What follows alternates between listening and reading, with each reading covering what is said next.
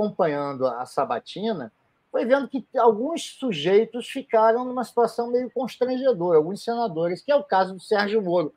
Você acompanhou, o que você viu em relação ao Moro? A gente separou até aqui umas imagens. Mas conta aí para a gente o que você viu. Vamos analisar uma coisa. O que o Moro teria a ganhar sabatinando, sendo duro, sendo severo, sendo, digamos, chicoteando o candidato Flávio Dino? O que ele ganharia com isso? A situação do Moro hoje, ela não lhe permite ser muito otimista com relação ao seu mandato inteiro, né? Vamos considerar que a situação dele não é nem um pouco boa. O que ele ganharia botando o Dino na chibata? Muito pouco ou nada. Ao contrário. Ele teria lá na frente, não que isso pesasse, não que isso fosse na prática, pudesse representar alguma coisa, mas ele teria na prática mais um inimigo, mais um adversário. E uma pessoa que ele poderia até, de certa forma, ter uma relação amistosa. Ambos juízes de um mesmo concurso, ou seja, tem uma idade parelha. Ele já não representa perigo algum a esse governo, a princípio. E aí tem mais uma questão. Quando eles fazem publicamente aquele afago ali, a troca de gentilezas, troca de recados no ouvido, que incomodou profundamente a direita, o Moro se tornou ainda mais dócil ao governo, aos olhos do governo, aos olhos do Lula, aos olhos... E, ao mesmo tempo, ele passa a ser uma figura vista com muita desconfiança pela oposição. Então, se você falasse assim, aquela cena foi dirigida pela Janete Claire, não sei se chegaria a tanto, mas eu acho que aquilo ali foi coisa pensada. Olha mas sabe, trazendo aqui uma dose de ironia, né, circula pelas hostes do STG, que é o Supremo Tribunal da Gozação, que o Moro não seria capaz de votar no Dino, porque ele, na verdade, não sabe nem votar no painel do Senado. Agora tem outra questão também, que chama atenção, tem essa imagem, quer dizer, você tem a imagem de um celular em que o suplente do Sérgio Moro troca com o Moro, dá uma conversa, diálogo no WhatsApp, e ele fala que o Dallagnol, ex-procurador da Lava Jato, coordenador da Lava Jato, o Dallagnol estava manifestando muita preocupação com o voto do Moro por conta do abraço, do afago trocado com o Dino. Porque aí ele sim se vê isolado. Ele sim mudou de partido, ele é um cara que está sempre batendo ali, tá chicoteando, fazendo aquela... Ele ficou muito preocupado. E o Moro deu de ombros. É isso aí. Olha lá a imagem do celular. Tem até um textinho aqui, dá para ler. Ele fala pela estratégia relatada, aparentemente não há o que ser dito. Eu disse ao Deltan que você sabe o que faz e que estarei ao seu lado sempre, por lealdade, por saber que você é um cara correto. Isso aí para o Luiz Felipe Cunha, que é o suplente dele, né, na casa, isso. Né? Exatamente. No Senado. Ou seja, o Moro, numa tacada só, se desvencilhou das garras da direita, se livrou do bolsonarismo radical, que ele não lhe fazia bem, tenta preservar o seu mandato, se é que isso vai ter esse efeito ou não, faz as pazes com o novo ministro do STF, não é nada, é alguma coisa. É um ministro do STF, exatamente. Não é nada, é um ministro do STF. Exatamente. E ele meio que, de certa forma, ele acaba se tornando uma pessoa menos antipática a um grande representante do judiciário brasileiro. Foi como juiz, foi agora como ministro da Justiça e será provavelmente como ministro do STF. Então, acho que o Moro jogou xadrez aí, eu acho que ele acertou. Surpreendeu todo mundo. Mas eu acho que isso aí... Vamos combinar que a civilidade, né, dentro do Congresso seria moeda corrente, moeda comum, ainda que em campos opostos, ainda que adversários, ainda que o Moro fosse fazer uma inquirição forte em cima do Dino durante a sabatina, nada significa que eles não pudessem se cumprimentar, né? Que eles não pudessem apertar as mãos, até eventualmente trocar um abraço. Essa extrema-direita está trazendo para o parlamento e para a vida brasileira ensinamentos muito nocivos, né? Da noção da anticivilidade, né? o meu adversário é meu inimigo de morte, eu tenho que exterminá-lo. Isso tudo é fruto, né, daquela verborragia animalesca de Jair Bolsonaro durante a campanha e durante toda a sua existência política, né, que não sabe conviver com o diferente. Conviver com a diferença faz parte da vida no parlamento, conviver com a diferença faz parte no ambiente de trabalho, faz parte da vida escolar, da vida acadêmica das pessoas, em toda parte, né, no esporte. Né? E essa extrema-direita quer varrer a civilidade do mapa. As pessoas não podem mais cumprimentar. Ainda que Moro votasse contra o Dino, ele teria todo o direito de cumprimentar o Flávio Dino. Gente, é uma direita chucra, né? Assim, a gente vê, por exemplo, a incapacidade de se formular qualquer opção a alguma proposta de governo desde o início desse ano. Não existe oposição. Por exemplo, qual foi a proposta, qual foi a contraproposta feita pela oposição ao arcabouço fiscal? Nenhuma. Qual é a proposta da oposição para a reforma tributária do governo? Nenhuma. Eles não têm proposta. É só fustigar e bater no que existe. Exatamente. É só fazer crítica, é só levantar, sabe, fazer ilações absolutamente irreais, como fizeram ao longo desses meses aí. Por que essa raiva do Dino? Por que, ao longo desses meses, o Dino se tornou o inimigo número 1 dessa gente? Porque naquele momento do 8 de janeiro, em que o Dino tomou as rédeas e começou, e foi o principal nome do governo para criminalizar o que aconteceu no 8 de janeiro, ele se tornou um cara odiado, né? Odiado por essa direita que achava que o que os vândalos fizeram lá, o que os golpistas fizeram no 8 de janeiro, teria que passar impune necessariamente. E não vai passar impune, não pode passar impune. Acho até que a gente tem que dar um passo à frente e começar a ver financiador de golpe, a ver organizador de golpe sendo preso, né? Sendo preso e condenado. Até agora foi só uma raia de miúda. O futuro procurador fez sinais, né, nessa direção. Pois é, a gente vai falar do Gonê. Então, estamos parodiando aquele famoso texto teatral, estamos esperando o Gonê. Estamos esperando o Gonê. Então, assim, o que aconteceu? Aí, ao longo desse ano, o que acontecia? O Dino era chamado nas comissões da Câmara e do Senado, ia lá para responder, né, para debater com os deputados e senadores, e é aquela chusma de débeis mentais que ia bater de frente com o Dino sem nenhuma qualidade, sem nenhum discurso, sem nenhuma proposição, sem nenhum questionamento sério, válido. Aí você tem Marcos Duval, que estou de olho em você porque eu sou da SWAT, você tem Nicolas Ferreira, você tem Eduardo Bolsonaro, você tem Magno Malta, você tem toda essa Flávio Bolsonaro. Né? Oi? Flávio Bolsonaro, né? Não, o Eduardo também. O Eduardo nas comissões... O Flávio, porque ontem ele protagonizou uma cena hilária. Né? Mas o Flávio, olha, eu vi ontem, o Flávio, eu acho que ontem, pelo menos, eles conseguiram segurar um pouco o veneno. Teve algumas críticas, o Rogério Marinho, que, o Dino lembrou que, você foi comigo, colega do PSB, você já foi socialista. Você já foi do Partido Socialista Brasileiro, onde você está no PL. Ele ficou pé da vida, mas tudo bem. A coisa transcorreu dentro dos limites da civilidade.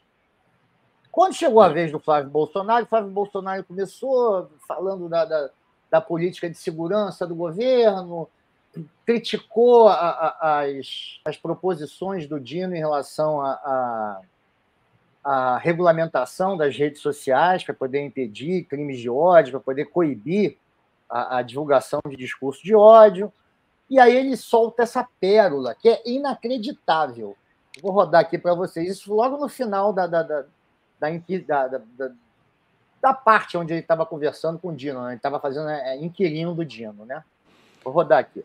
O então presidente Bolsonaro, quando na indicação do ministro André Mendonça, virou para mim e falou: Flávio, você não quer, o que você acha de você ser indicado para o Supremo Tribunal Federal, já que se discutia que a indicação fosse de um evangelho, como ele havia prometido na campanha eleitoral. Eu falei, presidente, apesar de eu ser advogado, o que eu sou é político, o que eu gosto de fazer é política. Indique o nome do André Mendonça, que é preparado para essa missão, e eu vou poder ajudar muito mais o senhor aqui no Senado Federal. E eu acredito que com a ajuda do presidente Davi, eu acho que eu teria até alguma chance de passar aqui no Senado Federal. É isso. O engraçado é que aquela mocinha que está fazendo aquela língua de sinais ali, que esqueci o nome, ela não ria, né, rapaz? Não. A linha da Libra, né? Não, o rapaz... E o intérprete de Libras do governo Bolsonaro, ficando repetindo as barbaridades do Bolsonaro em gestual. É um negócio de maluco, mas... É uma acabou, coisa porra! Que eu queria aquela coisa. Acabou, porra! Uma coisa que eu queria destacar dessa sabatina do Dino ontem é a insistência dos parlamentares da oposição em querer desqualificar o Dino, atribuindo a ele essa questão do perfil do político. E primeiro ignorando que o Dino é um juiz de carreira, foi um juiz de carreira antes de ingressar na política, portanto ele tem todo o direito de migrar do judiciário para o legislativo e por assim em diante. Mas essas pessoas, onde essas pessoas estavam quando outros políticos eram indicados para o Supremo? Vou só falar de 2 casos, né, de juízes de alguns anos atrás, mas que são casos notórios. O Nelson Jobim, que foi um dos grandes destaques da Constituinte de 88, e o veterano Célio Borja, que era parlamentar da Arena, né? Foi senador da Arena e do PDS por anos e anos, e quando, obviamente, ele não seria objeto da fúria imbecilizante desse pessoal, que sequer sabe que existe histórico de indicação de membros do parlamento para o judiciário, entendeu? Para o Supremo, sem qualquer demérito. O Célio Borja era jurista, assim como o Nelson Jobim também era. E outros poderiam ser. Mas alguém, por exemplo, em sã consciência, vetaria uma suposta indicação do doutor Ulisses para o Supremo? Pois é. Eu não lembro, Afonso. Constitucionalista de primeira linha, né? Nunca. Nunca. Mas aí é que está. A questão é a seguinte: o problema o que deveria ser comemorado, inclusive por seus pares, né, a escolha de um senador da República para o Supremo, se tornou uma guerra por causa da posição altiva do Dino de não aceitar a narrativa de que o governo foi conivente com os golpistas do 8 de janeiro. Sim, evidente. Porque o que eles quiseram plantar no 8 de janeiro era o seguinte: não, olha, o Dino estava lá e poderia ter feito alguma coisa para evitar a baderna, e ele foi, no mínimo, conivente, se não ajudou a baderna a acontecer. Quando todos nós sabemos que o grande efetivo policial militar que poderia evitar aquilo era a polícia do Distrito Federal, que estava sob o controle de bolsonaristas. Exatamente. Agora, só para efeito de... Foi quem abriu as portas da cidade para aquela excursão holiday de débeis mentais, né? Para a gente não perder a oportunidade aqui do... Caravana holiday, quer dizer, né? Afonso, só para a gente não perder a oportunidade, lembrar também que o Evandro Lins e Silva foi ministro do Supremo, foi procurador-geral da República, foi ministro de Estado, foi imortal da Academia Brasileira de Direito, se faltasse outra coisa, parlamentar. Além de um brilhantíssimo advogado. Inclusive, ele ficou marcado na sua trajetória por uma questão nem tão lisonjeira, nem tão ainda soltou o Doc Street. Soltou o Doc Street, por legítima defesa da ordem. Ele faz a fala dele sobre a Ângela Diniz ficou marcada nos jornais. Ele falou que chamou de uma prostituta escarlate. Pois é. Para poder... atacou a imagem da vítima para poder... Enfim. Isso é aquilo, né? Assim, é a prova que até os grandes homens têm páginas negras em sua história. Sim. E ele era do PSB, só para lembrar. Ele era era do PSB, do mesmo partido do velho quadro do PSB. Mas não era botafoguense que nem o Dino, né, Lau? Até o Botafogo foi citado na sabatina. Mas apesar disso, era um cara brilhante. O Dino falou, olha, Falou. Foi legal. Tem rede social para falar de Botafogo. É verdade. Não, e ele foi divertido porque ele falou o seguinte: olha, o que eu sou aqui como político, eu não vou ser no Supremo Tribunal Federal. É outra atribuição, é outra postura. Assim como eu não sou na praia, eu sou outra pessoa. Assim como eu sou uma outra pessoa com os meus amigos. E assim como eu sou outra pessoa batendo pênalti. Aliás, se o Botafogo tiver interesse, pode me contratar ano que vem para bater os pênaltis. E o Botafogo tem interesse. Pênaltis que o Tiquinho perde, né? Porra, eu achei ótimo. Ele é muito. O Supremo Tribunal do Fogão. O Botafogo nem precisa mesmo, porque ajuda para o Botafogo hoje em dia é bem-vinda. Né? Sei. Mas você vê que ele é um cara muito preparado. Eu acho que ele vai fazer uma. Eu acho que ele vai ter a bela trajetória no Supremo. Não sei se os senhores vão concordar comigo, mas eu penso que para o Brasil, o Dino, ministro, foi uma grande conquista. Muito tempo não tínhamos uma figura com essa estatura no Ministério da Justiça. Para o Brasil, tê-lo no Supremo Tribunal Federal também é uma conquista, tanto embora ele seja um órgão colegiado, as suas qualidades vão se diluir por conta da sua atividade. Como governador não se fala, ele foi o melhor governador num estado proletário, pobre, e ele foi o governador que brilhou. Mas, nesse momento, a gente perdeu esse homem, grande homem. Até porque ele tem todas as... Era um presidenciável, né? Era um presidenciável. Seria um brilhante candidato à presidência da República. Ou seja, eu acho que politicamente nós ganhamos, ele perdeu. Sei não, cara, eu não vejo... Ele, por exemplo, ele é e ele disse ontem isso, que ele não muda de opinião só porque está indo para o Supremo. Ele fez uma proposta... Não, digo assim, no campo do crescimento pessoal do homem político, ele perde muito. Porque, assim, a princípio, ele deve ficar lá até o final, até a sua aposentadoria aos 75 anos. Pois é, aí que é a questão. Essa é a questão. Espero estar aqui para ver. Ele é um cara que, há pouco tempo atrás, ele propôs a emenda de aposentadoria, de tempo de mandato para ministro do Supremo. E ele falou, olha, isso não muda. Quer dizer, o que eu penso em relação a discutir a questão de um mandato, né, de um tempo para o ministro do Supremo, né, para você ocupar esse cargo, não muda. Isso pode muito bem ser daqui a pouco votado, você definir um mandato, um termo de tempo para os ministros do Supremo, ele sair, ou ele mesmo renunciar ao cargo e concorrer politicamente. Eu acho que a trajetória política dele sim, tudo é possível. Ele é novo. Ele é muito novo, ele tem 50 e poucos anos. Quer dizer, ele tem 56. Aí... Pois é, ele tem, digamos que 10 anos no Supremo, 8. Você tem gente também, você pode imaginar, com gabarito para poder suceder o Lula. Caso o Lula não embarque nessa onda... Ou seja, candidato à reeleição. Eu acho e como estão E, André, como é que estão as articulações aí visando a sucessão do Dino no Ministério? Fala-se no Lewandowski, né? Seria uma patada de mestre do Lula, né? Eu ouvi o Lewandowski, já ouvi falar também na Glaze. Tem gente defendendo o Marco Aurélio Carvalho, né? Marco Aurélio, né? Agora me fugiu. Marco Aurélio. Sim, Marco Aurélio. Marco Aurélio Carvalho. Eu acho o Lewandowski um excelente nome. Porque também é um cara inatacável. Sim. Não sei se ele tem conhecimento. E aí, mas ele se cerca de bons assessores. Cria uma ponte interessante, né, entre o judiciário, o executivo e o próprio Supremo, né? Exatamente. Sim. E é raro. Mas eu acho que já existia isso, né?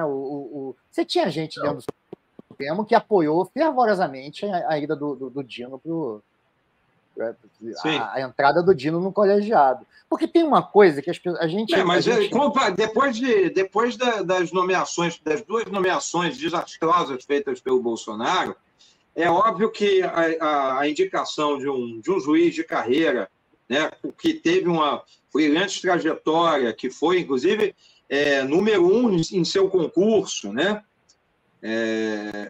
Tudo isso contribui muito para esse bom relacionamento, porque esse tipo de indicação da parte do Executivo é uma demonstração de respeito para com o Supremo.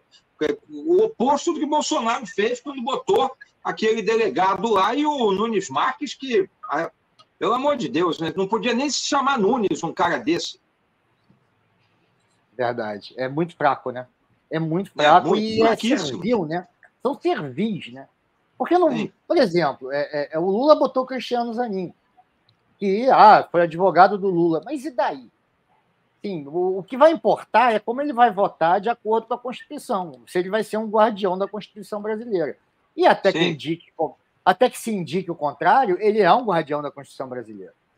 O trabalho que ele fez, né? Para pensar, o trabalho que ele fez na defesa do Lula, na defesa dos preceitos da Constituição, do direito das pessoas, sabe, do direito de se defender, da ampla defesa, da ampla defesa, sabe? Ele levantou a questão do lawfare no Brasil como ninguém tinha levantado antes. Sim, exatamente. Conseguiu buscar apoio internacional, né? Sim, exatamente. Um momento delicadíssimo, exatamente. Agora, falando em Supremo agora vai estar às voltas aí com um pipinão aí, que é esse assunto interminável do marco temporal, né? Que depois de um posicionamento do Supremo contra o marco temporal e do veto presidencial, agora o Congresso ameaça, quer dizer, derruba vetos presidenciais e a coisa meio que voltando a estaca zero, né? Provavelmente com as entidades indígenas e movimentos sociais voltando ao Supremo para questionar a legalidade dessa decisão. Pois é, a questão é essa, né? Oi? E com o apoio do ministro, né? Fávaro. Com o apoio do ministro. Com o apoio do ministro Fávaro. Né? Isso é terrível. Isso aí vai ter consequência, deve ter consequência. A questão é a seguinte, a questão hoje o que o Congresso Nacional deixou claro para o Brasil é o seguinte: o regime pode ser presidencialismo, mas o orçamento brasileiro é parlamentar. É no parlamento que se negocia, é tudo negociado no parlamento. O marco temporal entra num pacote de questões de orçamento e é um recado que isso daqui é dado para o Lula. Olha aqui, não vai se mexer no que a gente decidir. Quem manda aqui, no final das contas, nós temos um parlamento que é forte e a gente derrubaram o veto. Isso vai ser judicializado, com certeza, porque o que acontece? Qual é a ideia do marco temporal? O marco temporal defendia o seguinte, que a Constituição de 88 seria a data que regeria a demarcação de terras indígenas, ou seja, as terras indígenas demarcadas ou não demarcadas, na verdade, anteriores a 1988, que não tinham um parecer judicial, esquece. Você não vai poder reclamar nenhuma terra, os indígenas não vão poder reclamar nenhuma terra que não era ocupada por eles antes de 88. Então, a questão, na prática, é a seguinte: você tinha uma área indígena, essa área indígena foi invadida, grileiros, poceiros, você tem uma disputa. Se aconteceu isso, os índios foram expulsos de lá. Se aconteceu isso antes de 88, é caso perdido, não se pode discutir a demarcação de território. A situação é incontestável, quer dizer, para os índios, né, para os indígenas, como é que eles vão fazer? Como é que você pode entrar numa discussão se você tem um marco, entendeu, constitucional definindo que, a partir de certa data, você não pode questionar isso na justiça? É complicado, né? O marco é o marco da bala, mas, na verdade, o único marco que deveria ser considerado, a única data para se estabelecer esse julgamento seria 21 de abril de 1500, né? Pois é. Eu acho o seguinte, eu acho que isso não era nem para ser discutido, isso não devia nem ser constitucional. Eu acho que isso aí tem que ser discutido no Supremo Tribunal, quando chegar, né? na Justiça, chegando até a instância superior, no caso do Supremo, verdade é que caso a caso. A derrubada do veto foi muito expressiva, né? A votação foi bastante expressiva. Sim. Olha, 321 contra o veto e 137 na Câmara, ou seja, isso aí é votação que garante impeachment, né? 2/3 do Congresso. E no Senado, sim. Muito sonoro, né? Exatamente. 53 senadores votaram pela derrubada. Ou seja, teve gente da base do governo que votou pela derrubada do veto. Sim, com certeza. Com certeza. No caso do ministro, né? E derrubaram também também derrubaram o veto, não foi só o marco temporal, não, teve um outro veto. Foi isenções, com isenções. Pois é, e esse das isenções... 2027, né? Pois é, isenções fiscais para empresas, né, para certos segmentos, né? Isso, com essa isenção, o governo deixa de arrecadar mais de 30 bilhões até 2017. É ruim para o Haddad, é ruim para a economia, é ruim para tudo, né? É ruim para frente também. Não é só para esse governo, para o próximo. O próximo governo já deixa de arrecadar. 27, né? Até 27. São quase 2 mandatos, né? E vão ser prejudicados por causa desse veto. Essa emenda, né? Essa emenda da isenção fiscal. Que tem que começar a ser discutido. Isso é outra coisa também que tem que se discutir, né? A isenção fiscal aqui no Brasil virou uma bagunça, né? Sabe? A isenção é uma bagunça e a sonegação outra. Então, você tem 2 flancos aí para você. Claro. Exatamente. Sonegação também é dor de cabeça, né? Eu sempre vivo dizendo isso. Eu acho engraçado quando as pessoas falam de corrupção aqui no Brasil e nunca ninguém fala de sonegação, que é corrupção. Não se iludam, entendeu? Quem sonega imposto não deixa de praticar um ato de corrupção. Mas a gente lembra bem que o nosso presidente, o presidente que deixou o poder na última eleição, ele defendia claramente e abertamente a sonegação. Eu só nego tudo que posso, ele dizia isso. Exatamente, é. Você falando, quando o presidente diz isso, o que você vai esperar? Sim. Eu me lembro que tinha um estudo econômico apontando que cerca de 500 bilhões por ano são sonegados, cara. Para 500 bilhões, você paga o juro da dívida pública e ainda sobra um troco. É muito dinheiro, cara. 500 bilhões por ano é muita grana, né? E é o que a gente tem que lidar. Ninguém ataca de verdade, né? É muito complicado, né? Você atacar a sonegação aqui no Brasil. A gente sabe de empresas que tiveram impostos sonegados, perdoados. A gente sabe de tudo. Processo que sumiu, né? Teve uma rede de TV aí que a gente conhece muito bem, que teve um processo que simplesmente sumiu, desapareceu. Um processo que envolvia a sonegação de mais de 600 milhões em imposto. Quer dizer, é complicado, né? Agora, falando Exatamente. sobre essa questão do STF... Geralmente quem defende a sonegação são os defensores do chamado Estado mínimo. É tão mínimo que eles também não querem pagar o imposto, né? O imposto é mínimo também, né? Agora, o imposto é mínimo da parte deles. Isso é a famosa... aquela anarquia liberal, né, que a gente estava comentando na semana passada, né? A questão acima de tudo, a derrubada desses vetos, principalmente nos vetos na parte econômica, é a velha história das pautas bombas, né? Já começam a explodir. Isso prejudica o país, cara. Entendeu? Não é assim, esses caras votam contra o país. Tudo bem que você seja oposição ao governo, mas você não pode votar contra o país. Você não pode votar contra os interesses do país. Assim, o governo tem necessidade de elevar a arrecadação, evitar gasto de interesse específico. André, a gente ontem, lá na indicação do dia, a gente teve contato com o Senado, que, em geral, tem até um nível, vamos chamar de nível mesmo, para não ficar muito maior, mais elevado, nível cultural, nível, enfim, intelectual, um pouco melhor do que o da Câmara. E aí você vai falar depois de assembleias, vai falar de câmaras de vereadores, enfim, mas vamos falar com o Senado Federal. E a gente viu ali, a gente se deparou com o Marco Doval e a gente viu o nível daquele a Câmara Alta. Isso, a Câmara Alta nossa é aquilo ali. Aí você imagina se esse cara tem alguma preocupação com o Brasil. Tem preocupação com o Brasil. E esse cara vai ficar ali 8 anos. E o lado dele, ou seja, o Espírito Santo realmente brinca com fogo, né? Aí tem o Magno Malta.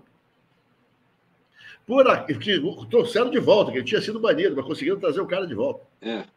E o Contarato, que lugar, hein? Pois é. O Contarato deve ter sido um momento. O que aconteceu? Deve ter uma pancada na cabeça. Eu não sei por que elegeram o Contarato. Que o Estado que elege esses dois caras não poderia eleger o Contarato. É incoerente. Agora, e o Rio de Janeiro? A gente fica falando do Espírito Santo. E o Rio de Janeiro? Quem são nossos representantes? Nossa. Olha que não, quem pode, Vamos quem deixar pode pra lá, né?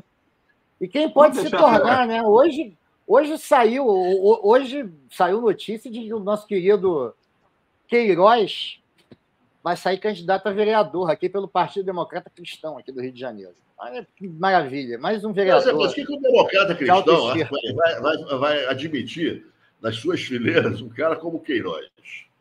Eu estou vendo aquela série que eu não vou dizer o nome, não vou dizer o nome daquela série que eu estou assistindo. O Queiroz é um personagem importantíssimo naquela série. Inclusive, ele chega a ser convincente, que cedem um espaço para o cara, absurdo, rapaz. Ele chega a ser convincente em algumas argumentações, você fala assim, até que eu não tinha visto por esse ano. O negócio é muito ruim, cara, é muito ruim. Mas assim, para não voltar a falar, não vou dizer qual é a série, mas enfim, tem uma coisa que eu acho que o jornalismo peca, quando se resolve fazer jornalismo documental. Se você está falando de um crime, uma situação de crime, seja tráfico, seja contravenção, seja o que for, enfim, escritório de crime, essas coisas, você tem que deixar sempre muito claro o seguinte: quando uma pessoa argumenta ou contra-argumenta e alguém se coloca na situação do prejudicado ou se vitimiza, sendo ela parte do processo criminoso, você não pode deixar parecer nunca que aquela pessoa é uma vítima. Isso é um erro absurdo. Você está dando, ficar claro o que eu estou querendo dizer. Você consegue ver num cenário de crimes pessoas se comportando como se vítimas fossem do outro lado. Exatamente. Não é, são todos criminosos. Só que, eventualmente, um está bem e outro está mal. Mas aí acho que é uma irresponsabilidade do jornalismo, quando a título de criar uma quase que cinematográfica, permite isso e não coloca, não isenta o cenário. Olha só. E aí a pessoa, quando diz que estão devendo dinheiro para ela esquece de alertar que esse dinheiro é do crime. O dinheiro que é sonegado dela é do crime. Pô. É do crime. É do crime. Como o dinheiro da Caixa 2 do político. É o dinheiro da sonegação. Isso vale, inclusive, para o princípio o instrumento da delação premiada. Né? Quando aparece alguém disposto a fazer uma delação premiada, aí faz-se tudo para criar facilidade para o futuro daquela pessoa, porque ele está delatando alguém acima dele, que é mais poderoso dentro de um esquema, mas você está dando salvo-conduto a um criminoso. Sérgio Moro fez isso lá atrás com aquele doleiro, e o doleiro voltou, né? Qual era o nome do doleiro? Era do Banestado, né? O do Banestado. Ele fez delação premiada no caso Banestado e depois ele virou personagem mais à frente, né, de outros escândalos políticos. O outro operador, quer dizer, Alberto Youssef. Aí quer dizer, você dá liberdade ao cara, isenta ele de pagamento de indenização e tudo mais, e o que o cara faz? Ele volta a cometer o mesmo crime. Exatamente. Agora, voltando só para a gente fechar essa questão das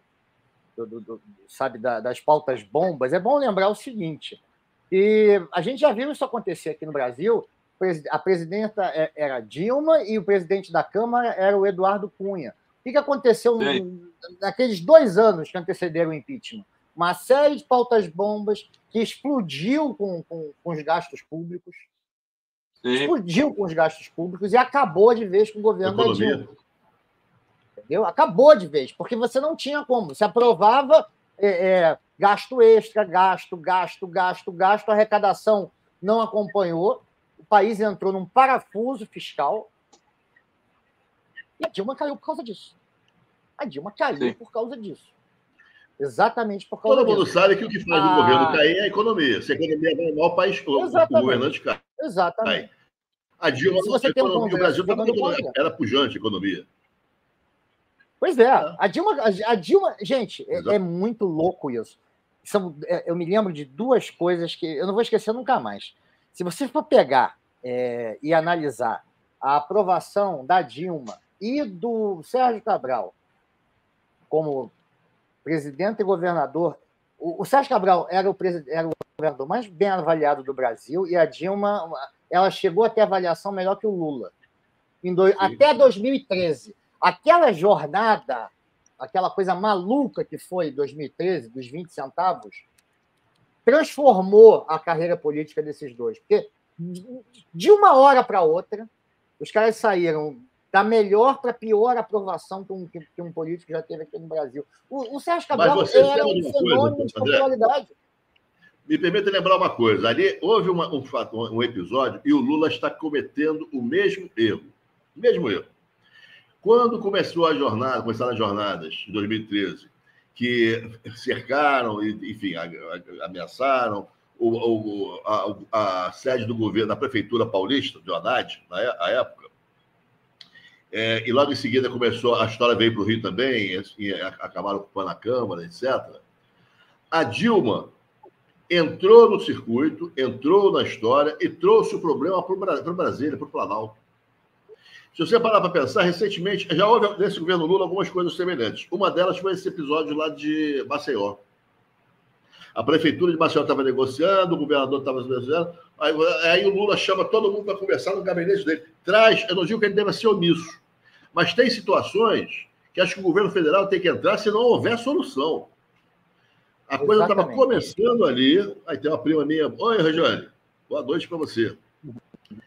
A coisa estava começando quando o Lula já chamou para a conversa. Né? Então, eu acho também. Eu acho que aquilo é um fenômeno que até hoje eu não consigo entender. Eu confesso que eu não consigo entender. Eu fico me perguntando, só uma coisa que eu me pergunto em relação a 2013.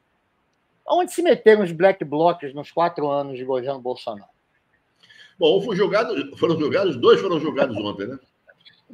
Aonde esse povo se meteu? Cadê os black blocs nos 4 anos de governo Bolsonaro? Cadê aquela menina, Sininho? Cadê esse povo todo que ia para a rua por causa dos 20 centavos? Que não era por causa dos 20 centavos. Sininho está preso ainda, né? A Sininha passa toda hora aqui na minha frente, aqui, ó. Badalho Sininho, de notificação. Vamos badalar o Sininho. Vai ser bom, hein? Sininho que vale a pena é esse. Agora, falando da Dilma, acabei trazendo a Dilma para o papo. Vocês viram aí a resposta que ela deu aí para uma moça? Vocês viram aí a resposta? Reclamou que ela estava na classe executiva, né? Pois é, olha que maravilha. Olha que maravilha. Trabalho de primeira classe. Lógico, claro, querida. Eu sou presidente de banco, querida. Ou você acha que presidente de banco viaja? É isso aí, Rafa. Aprendeu. Voltando num voo, ela é presidente do Banco dos BRICS, né? Do Banco de Desenvolvimento do BRICS. Dos BRICS, né?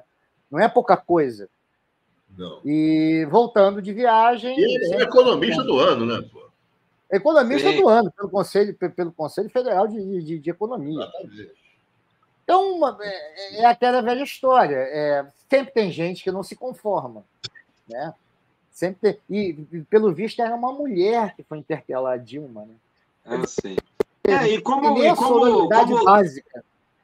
E como o Léo estava comentando ali um pouco adiante ali sobre a popularidade dela e do Cabral, e depois como eles despencam, né, em função das jornadas de 2013, mas vamos pontuar que, com tudo que aconteceu, com o impeachment e tudo, o Cabral foi preso, foi desmascarado, foi acusado de uma série de coisas. A Dilma foi caçada politicamente e nem os direitos dela políticos foram caçados, né? E ela só não se reelegeu senadora na eleição seguinte. Ela só não se elegeu senadora na eleição seguinte, a sua cassação por birra do eleitorado mineiro, mas ela esteve muito perto, inclusive, de se eleger senadora por Minas Gerais. Para você ver Então, como é que foi são uma armação, situações, né? são situações bem diferentes. Não conseguiram, e depois houve retratação, né, dos órgãos judiciários em relação à cassação. É uma das pessoas mais injustiçadas da história desse país, é um negócio impressionante que se fez com essa mulher, que é uma mistura de perseguição política, de ódio político, com misoginia também. Né? Isso é muito misoginia. Machismo. Isso é muito retrato da nossa elite conservadora, né? Misógina, reacionária, medieval. Com certeza. Não, o desrespeito. O que foi feito com a Dilma na Copa do Mundo, aqueles estádios. Eu tomei raiva da seleção. Eu tenho que um dia trabalhar isso na terapia, porque eu tomei raiva da seleção brasileira depois de 2014, vendo aquela torcida, né, bem nascida, mandando a Dilma para aquele lugar, mandando a Dilma tomar naquele lugar. Pô, pelo amor de Deus, falta de civilidade, falta de respeito. Uma senhora. Olha, eu vou confessar para vocês. O engraçado é que o Bolsonaro, que gosta de frequentar estádios de futebol, foi hostilizado em várias vezes que ele foi ao estádio. Isso nunca foi notícia, né? Nem mencionado nas transmissões. É verdade. Nunca foi nem sequer mencionado nas transmissões. Ele gosta de jogos do Palmeiras, gosta de jogos do Flamengo, gosta de jogos em geral, veste camisa de um monte de time, fica puxando o saco de todo mundo.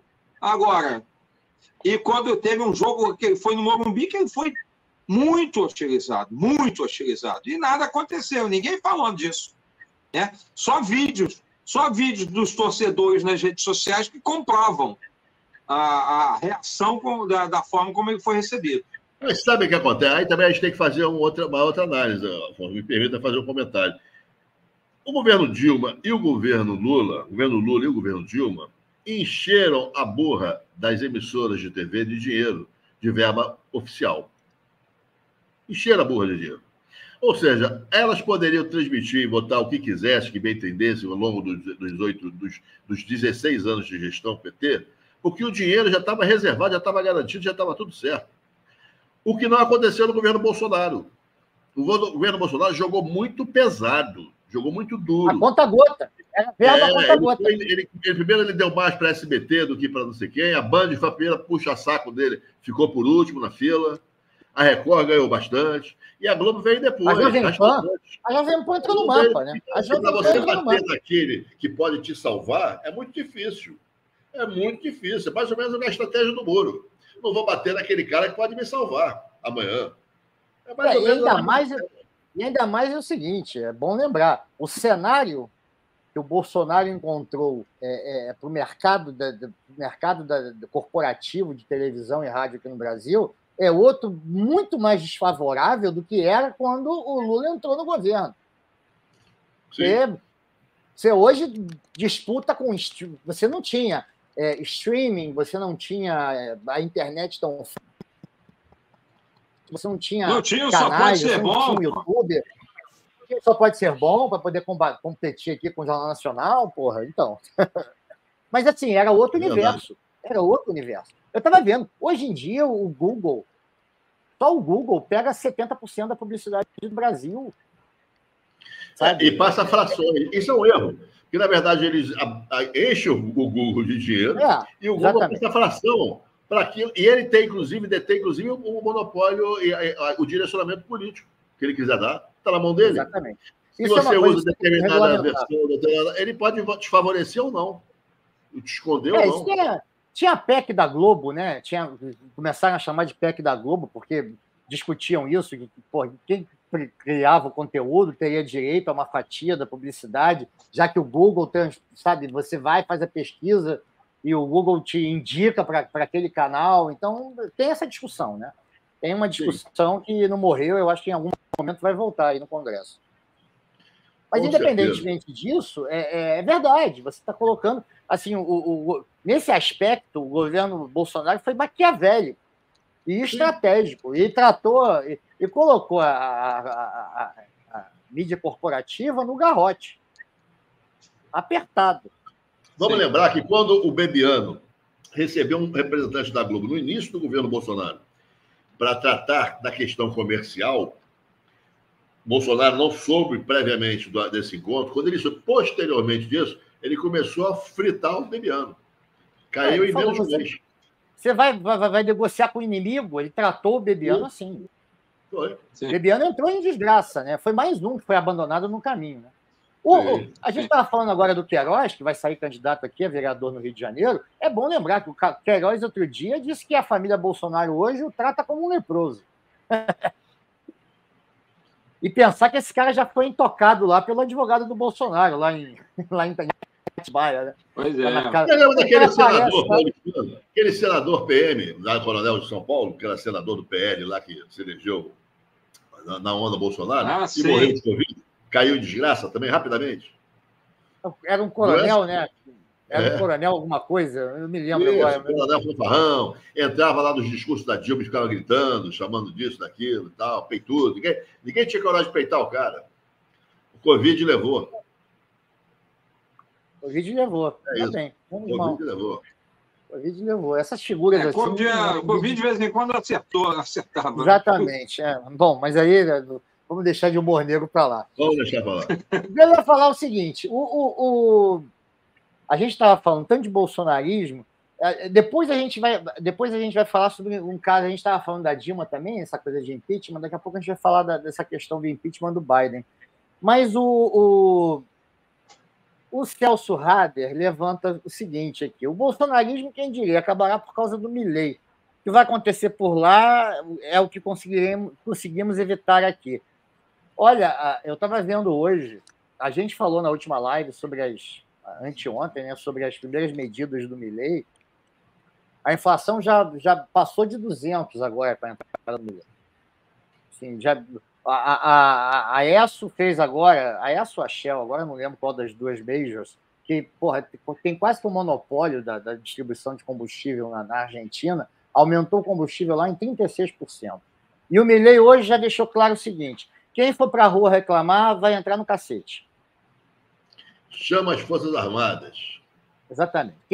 Quem for na rua protestar contra o governo vai descer o sarrafo. Esse cara não vai terminar o mandato, gente. Não vai. Esse cara vai chegar igual ao De La Rua. Vai ter que fugir de helicóptero. E não vai conseguir segurar essa rabuda. O país vai para o espaço. Cara, ele como é que ele acha que ele vai impedir as pessoas que estão pauperizadas a cada dia que passa, né? A situação na Argentina é catastrófica. Ela ultrapassa, são índices inflacionários que ultrapassam a Alemanha na época da República de Weimar, né? Que antecedeu a ascensão do nazismo, que era uma inflação inimaginável, que as pessoas estavam abolindo dinheiro, trocando mercadoria por mercadoria. Voltando para os câmbios. A Argentina caminha para esse ponto, uma dolarização extrema da economia do país, e nem todo mundo tem acesso ao dólar, né? Um negócio complicaria e querer evitar que essas pessoas, nessa situação de desespero, não vão para a rua. Quando o cara quer acabar com a infraestrutura do país, não faz investimento na infraestrutura, promete acabar com frentes de trabalho, né, dentro do Estado, e acha que tudo isso vai... E fiquem quietos em casa. Realmente é uma coisa inacreditável. Não tem como, isso não tem como dar certo. Isso aí tem, cara, não tem como. Não tem nenhuma. Você não vê nenhum cenário onde isso vai dar certo. A questão é essa. Enfim, eu acho que é uma questão de tempo para ser outro cara. Nenhuma janela, né? Ele não só não está abrindo como a janela, como ele está fechando as poucas portas que tinha. Ele, bem ou mal, ele ainda teve o bom senso de avisar, China, Brasil, Mercosul, era tudo brincadeira, tá? Isso era campanha. Agora, eu sou um homem que, agora eu sou presidente. Não posso abrir mão, eu não posso virar as costas para a China. Só que ele sobretaxou as importações, né? Ele está sobretaxando as importações do Brasil, da China. Pois é. Então, vai reduzir importação, vai reduzir comércio, vai ser um negócio triste. O cenário é muito ruim. O cenário é muito ruim, cara. O cenário é muito ruim. A tendência é isso. O vinho, Afonso, agora Afonso pode me responder. O vinho vai chegar aqui melhor? Como é que vai o vinho? O que esperar do vinho argentino nessa maré? Nas nossas prateleiras. E lá buscar seria uma boa, mas pô, eu não sei. Eu particularmente acho que o vinho, quer dizer, já existe no âmbito do Mercosul, na verdade, essa questão do vinho argentino e do vinho chileno.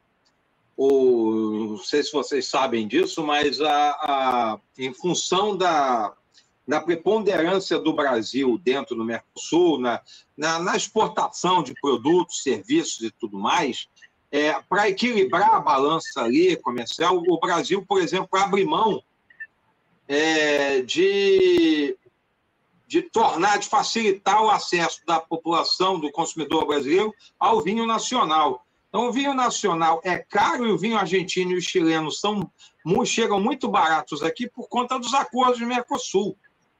E, obviamente, que esse quadro não vai mudar em nada, porque nessa situação com a Argentina, porque a Argentina vai precisar desses ativos. E o Brasil certamente vai manter essa postura. Mas existe essa questão. Infelizmente, o nosso vinho aqui, o vinho brasileiro, que é um vinho de qualidade, canso de falar disso, ele é caro por conta desse jogo que o Brasil tem que fazer com a Argentina e Chile, principalmente. O Uruguai também, mas, enfim, o cenário não é muito bom, não. Agora, para quem gosta de vinho argentino, acho que a tendência é continuar se valendo, se aproveitando dessas vantagens aí. Beber o vinho argentino até bebo, porque eu não quero ir lá para beber, porque eu não quero visitar a Argentina tão cedo. Não fosse Milei, valia a pena ir lá buscar um vinho, né? Buscar alguns vinhos. Sim, valia bastante. Só para a gente ter uma ideia, o dólar já subiu desde que ele assumiu a presidência, no domingo. Hoje é quarta, hoje é quinta, né, na verdade. Depois de 4 dias de governo, o dólar já subiu mais de 118%. Cara, é muito louco isso. É muito louco. Quer dizer, você pega um país que está... Eu vivia fazendo essa comparação. Muita gente comparava o Milei ao Bolsonaro. Eu vivia dizendo o seguinte: o cenário da Argentina hoje é muito mais próximo do que era o Brasil na época que o Collor foi eleito presidente do que o Brasil que o Bolsonaro assumiu. Porque a gente também vivia num cenário de hiperinflação, num cenário de... Cara, o cenário do Brasil, Sarney, hein? O cenário do Brasil, o cenário do Brasil com Bolsonaro é um cenário de quebra de ruptura, né? Quer dizer, há uma ruptura social, uma ruptura econômica, ruptura de costumes, uma ruptura sempre para baixo, né? Para o retrocesso. E na Argentina, na verdade, é um aprofundamento de crise, é outra coisa completamente diferente. Outra coisa completamente diferente. O Bolsonaro, bem ou mal, e foi sorte a nossa, o Bolsonaro não pegou um país tão bagunçado quanto o Milei está pegando. Por isso mesmo que o Lula... Imagine o seguinte, imagine se o Lula pega um governo de terra arrasada do Bolsonaro, já pegou um governo de terra arrasada. O Bolsonaro não conseguiu tocar nada. Assim, o que tinha piorou. Melhorar, nada melhorou. Mas imaginem se o Lula estivesse pegando um governo agora, depois de 4 anos com o Bolsonaro enfrentando uma crise sem precedentes na economia. A gente estava, voltar para a Idade da Pedra. Para pensar, sim. A gente teve essa sorte. O Bolsonaro pegou um país... O objetivo é esse, né, desmonte. Ele falou isso, deixou isso claro muitas vezes. O objetivo não é fazer nada, é desmontar o que tem. Desmontar. Falar isso. Só que você ainda... Quando chegou no final dos 4 anos dele, você ainda tinha alguma coisa para poder salvar. Tanto que, bem ou mal, a gente está andando, e andando bem. A gente vai chegar agora, daqui a pouco vai falar do recorde da Bolsa, que bateu hoje, né? Mas esse cenário do Milei é muito mais próximo do que era aquele cenário do Brasil em 89. Gente, eu me lembro do seguinte: no último mês... É a beira do abismo, né? É a beira do abismo. E se o Milei dá um passo à frente... No último mês do governo Sarney, a inflação bateu. Eu me lembro que eu trabalhava com isso, eu trabalhava na área econômica, já era jornalista, já trabalhava com isso. O último mês do governo Sarney, a inflação bateu 89% no mês. GPM. Tá? O GPM. É no tempo que a gente era milionário, lembram disso? Eu lembro. Um carro valia bilhão. A gente tinha uma moeda tão desvalorizada que você tinha a ordem de grandeza de bilhão para o carro. Eu me lembro quando lançaram o Ford Ômega. Ford não, era GM, né? O Ômega. Chevrolet, não era? Não era Monza, acho que era uma Monza. Não, mas o Ômega tinha... mas eu acho que o Ômega tinha acabado de sair quando o Collor entrou. Assim, pouco antes do Collor entrar, o Ômega tinha sido lançado. E eu me lembro que o Ômega era negociado a mais de R$1 bilhão. Um carro valia R$1 bilhão, para você ter uma ideia de como a moeda da gente já não estava valendo mais nada. Você lembra quando não se fazia mais moeda, se carimbava a moeda? Exatamente, para economizar. E o Collor, ele teve esse mesmo discurso, né? Eu tenho um tiro de uma bala de prata para acabar com a inflação, eu só posso dar esse tiro se der errado, acabou o país. E deu errado, obviamente. O Milei vinha com esse papo da dolarização Pode falar. Não, e eu vendo, a gente teve com o Daniel aqui, a gente vai trazer o Daniel várias vezes. Agora, eu não corre risco do Milei confiscar a poupança, porque o argentino não tem mais poupança. O argentino tem dólar em casa. Quem tem dinheiro... Dólar em casa tem há muitos anos, há décadas. Né? Dólar em casa tem há décadas. Quem tem aí algum dinheiro, é isso. O argentino tem o hábito de guardar dinheiro em casa, guardar dólar em casa. Guarda dólar em casa. Depois do Curralito, não confia mais em banco também, né? É bom lembrar que teve o Curralito lá, né?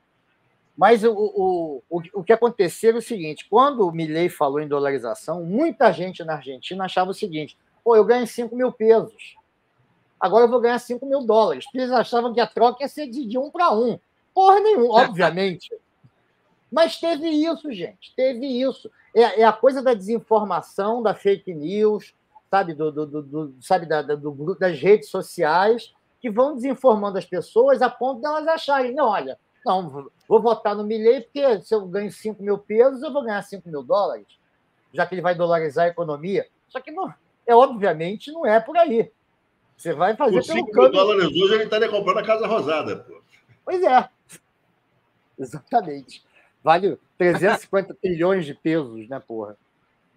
Então, eu acho o seguinte, ele não dura, cara. Ele não dura. Agora, a pergunta é se ele vai sofrer um impeachment, se ele vai renunciar.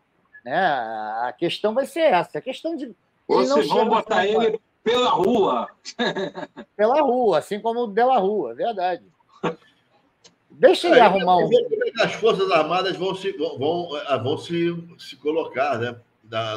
No eventual desgaste do governo, que quando a primeira medida dele, ele fala que ele vai colocar as Forças Armadas na rua, não é nada, é um sinal de prestígio das Forças Armadas, ou de tentativa de resgatar o momento das Forças Armadas. As Forças Armadas odeiam o universo civil, o mundo civil, a gente por razões óbvias. Mas talvez as Forças Armadas estejam, como a gente já mencionou aqui em lives anteriores, talvez as Forças Armadas estejam mais alinhadas com a vice dele. E num caso de crise política institucional, talvez entregar a cabeça do Milei seja para as Forças Armadas o melhor caminho, entendeu? Aceitar a cabeça dele e a vice assumir. A vice é de família de generais aí, negacionistas, gente apologistas de Galtieri e sua gente. Né? O nome dela é Vitória Villarruel. E ela prometeu em campanha revisar a política de memória e direitos humanos do país. E ela discute as indenizações para milhares de vítimas da repressão da ditadura militar argentina, que foi feroz, foi, de certa forma, até mais violenta que a brasileira. E olha que a brasileira não foi de fritar bolinho, não. Resultado morte, com certeza, né? Pois é, ela defende revisar essas indenizações, ela defende uma reabilitação do papel das Forças Armadas nesse período de trevas da Argentina, e as organizações de direitos humanos acusam ela de ser negacionista. Vamos imaginar um cenário onde o Milei é empichado, ou o Milei renuncia e ela assume a vice-presidência. Cara, é problemático, cara. A gente viu aqui como é problemático você dar muita corda para militar. Estavam quietinhos na caserna. Eles passaram aí, desde a democratização do país, eles estavam sob controle. E, na verdade, se você parar a pensar, eles voltaram para a gruta, né? E não dão mais sinais de nada. Estão ali, fingindo que não é com eles. Cadê a turma toda?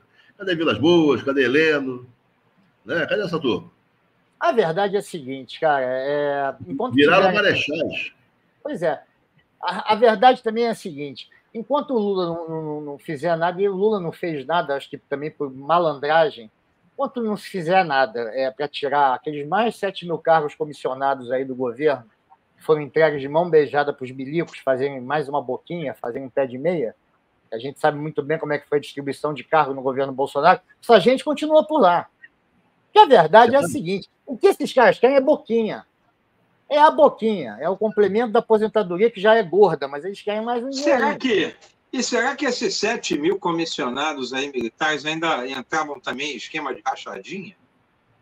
Que haja gente, hein? Né? Haja rachadinha. Haja rachadinha. Vira uma fenda. Você lembra também que esses militares entraram, quando teve o primeiro Bolsa Família do Bolsonaro na época da pandemia, que ele fez tudo para criar aglomeração, né? Montava um posto a cada em 20 municípios para criar aglomeração. Mais de 15 mil militares entraram, se cadastraram, colocaram o CPF e receberam aquela ajuda ali da pandemia. Receberam. Nunca devolveram.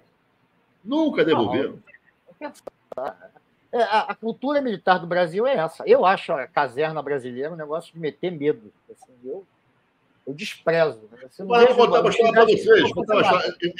Você lembra, André, que outro dia eu falei para você da maneira como o Eduardo Bolsonaro passou no concurso para a Polícia Federal, lembra? Eu comentei com você outro dia, não sei se o Afonso acompanhou. Da prova, né? Daquela empresa. A empresa de... Essa empresa a prova exemplar, né? A prova exemplar que ele fez. Como é o nome dele? Esse cidadão, esse marombado que apareceu. Não, qual deles? O Evandro Guedes. Evandro Guedes, que é o cara o necrófilo, né? Tá. O necrófilo. Isso, necrófilo. O necrófilo conta o seguinte: fala, olha, a prova que Eduardo Bolsonaro fez, eu nunca vi ninguém fazer. Ele fala, você sabe que a resposta errada anula uma resposta certa. Ou seja, então obriga a pessoa a só responder com o máximo de convicção. Ele fez uma prova em que respondeu 82 questões e só errou uma. Ou seja, ele ficou no limite da aprovação. Então, assim, eu nunca vi ninguém fazer uma prova como essa. Interessante isso, né? Mas aí eu estava vendo hoje esse documentário, que eu não posso falar o nome, falei que eu ia falar o nome, mas nesse documentário tem uma coisa interessante sobre o tal do Anderson da Nóbrega. A namorada dele, mulher dele, na verdade, viúva do Anderson da Nóbrega, conta o seguinte: olha, o sonho dele, desde a infância... Não é? Anderson da Nóbrega, só para recapitular, é aquele miliciano que foi fuzilado. Adriano. Adriano da Nóbrega. E ele está envolvido no caso da Marielle. E é o que teve parentes, a mulher e a mãe, lotada no gabinete do Flávio Bolsonaro, quando deputado estadual, e que participaram da rachadinha. Então, só para a gente... Bom, aí ela contando como é que o marido dela entrou no concurso, foi aprovado no concurso para a Polícia Militar do Rio de Janeiro. Ela falou assim, olha, ele não estudava. Mas quando ele resolveu fazer o concurso, que ele viu uma prova para passar para oficial da Polícia Militar do Rio de Janeiro, ele pegou todas as provas anteriores, de 2 ou 3 anos, dos últimos 2 ou 3 concursos anteriores, e começou a estudar. E ele percebeu o seguinte: a maioria das respostas é da letra C, B e D. D, a maioria. Ele falou assim para ela: olha, quer saber uma coisa? Não vou estudar, não. Eu vou botar tudo B e D.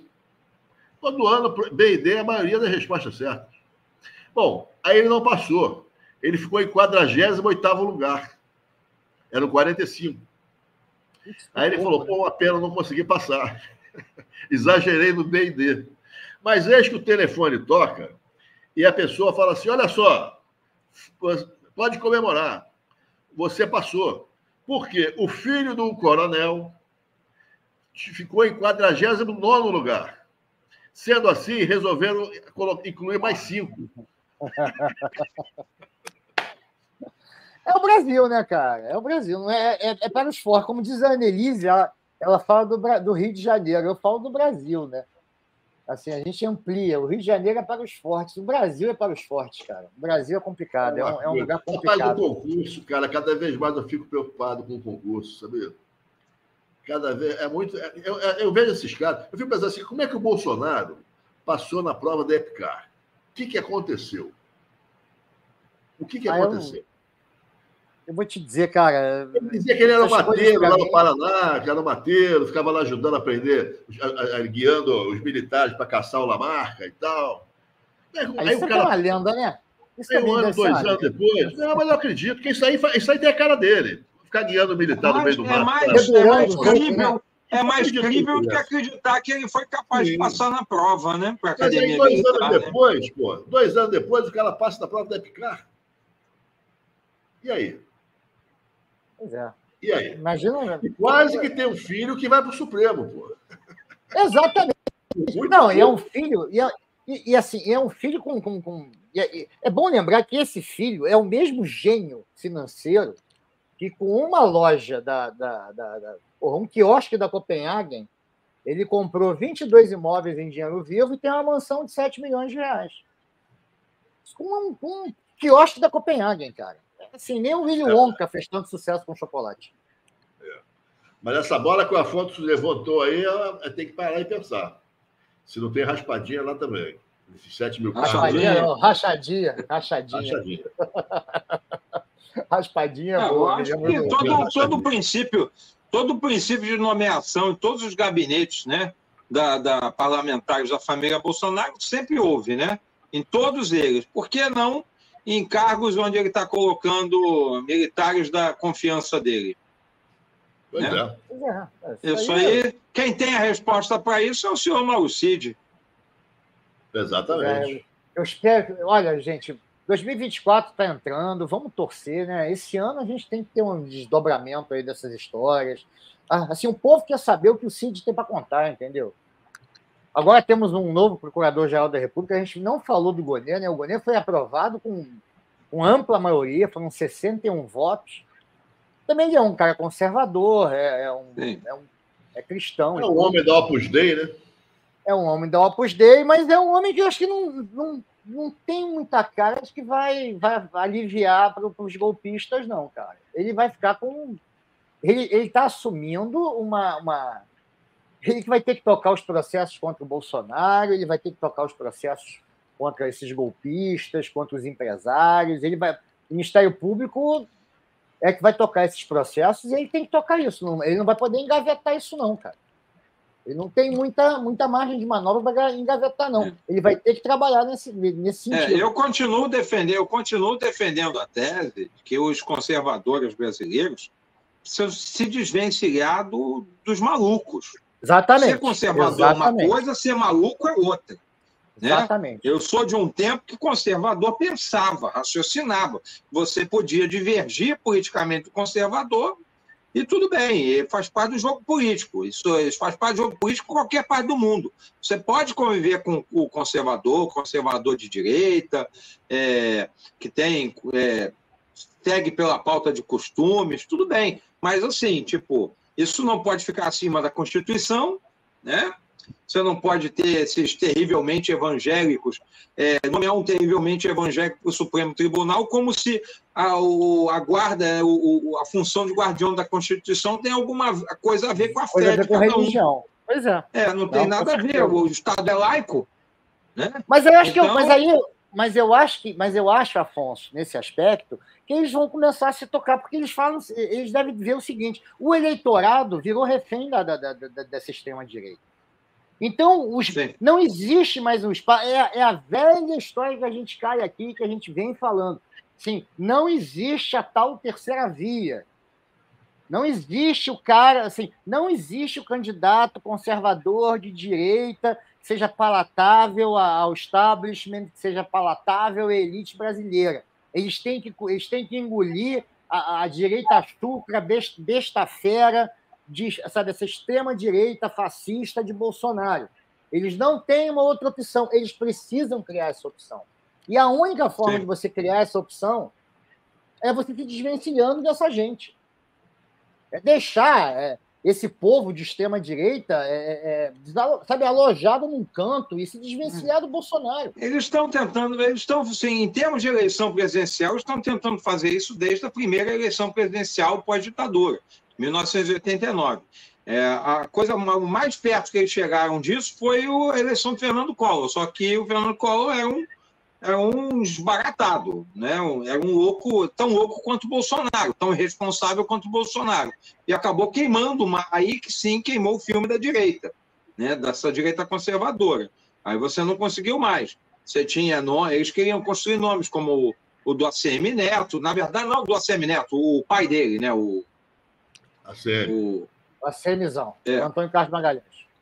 Não, o pai, o filho. Luiz Eduardo. Eles queriam construir o Luiz Eduardo como esse nome. Houve um tempo que pensou-se na Rosiana Sarney. Ninguém conseguiu nada. Esses caras nunca chegaram a lugar nenhum. E o mais próximo que eles chegaram disso,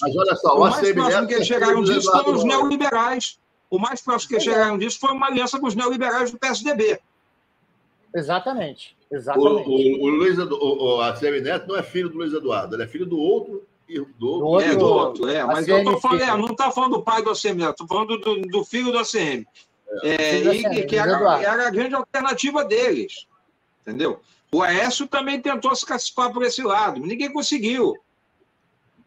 Vários, né? O João Dória tentou se cacifar, o próprio Ciro Gomes, em algum momento, tentou se cacifar também. Sim. Vamos falar do próprio José Serra e o Alckmin. Alckmin e José Serra se trilharam nesse mesmo caminho.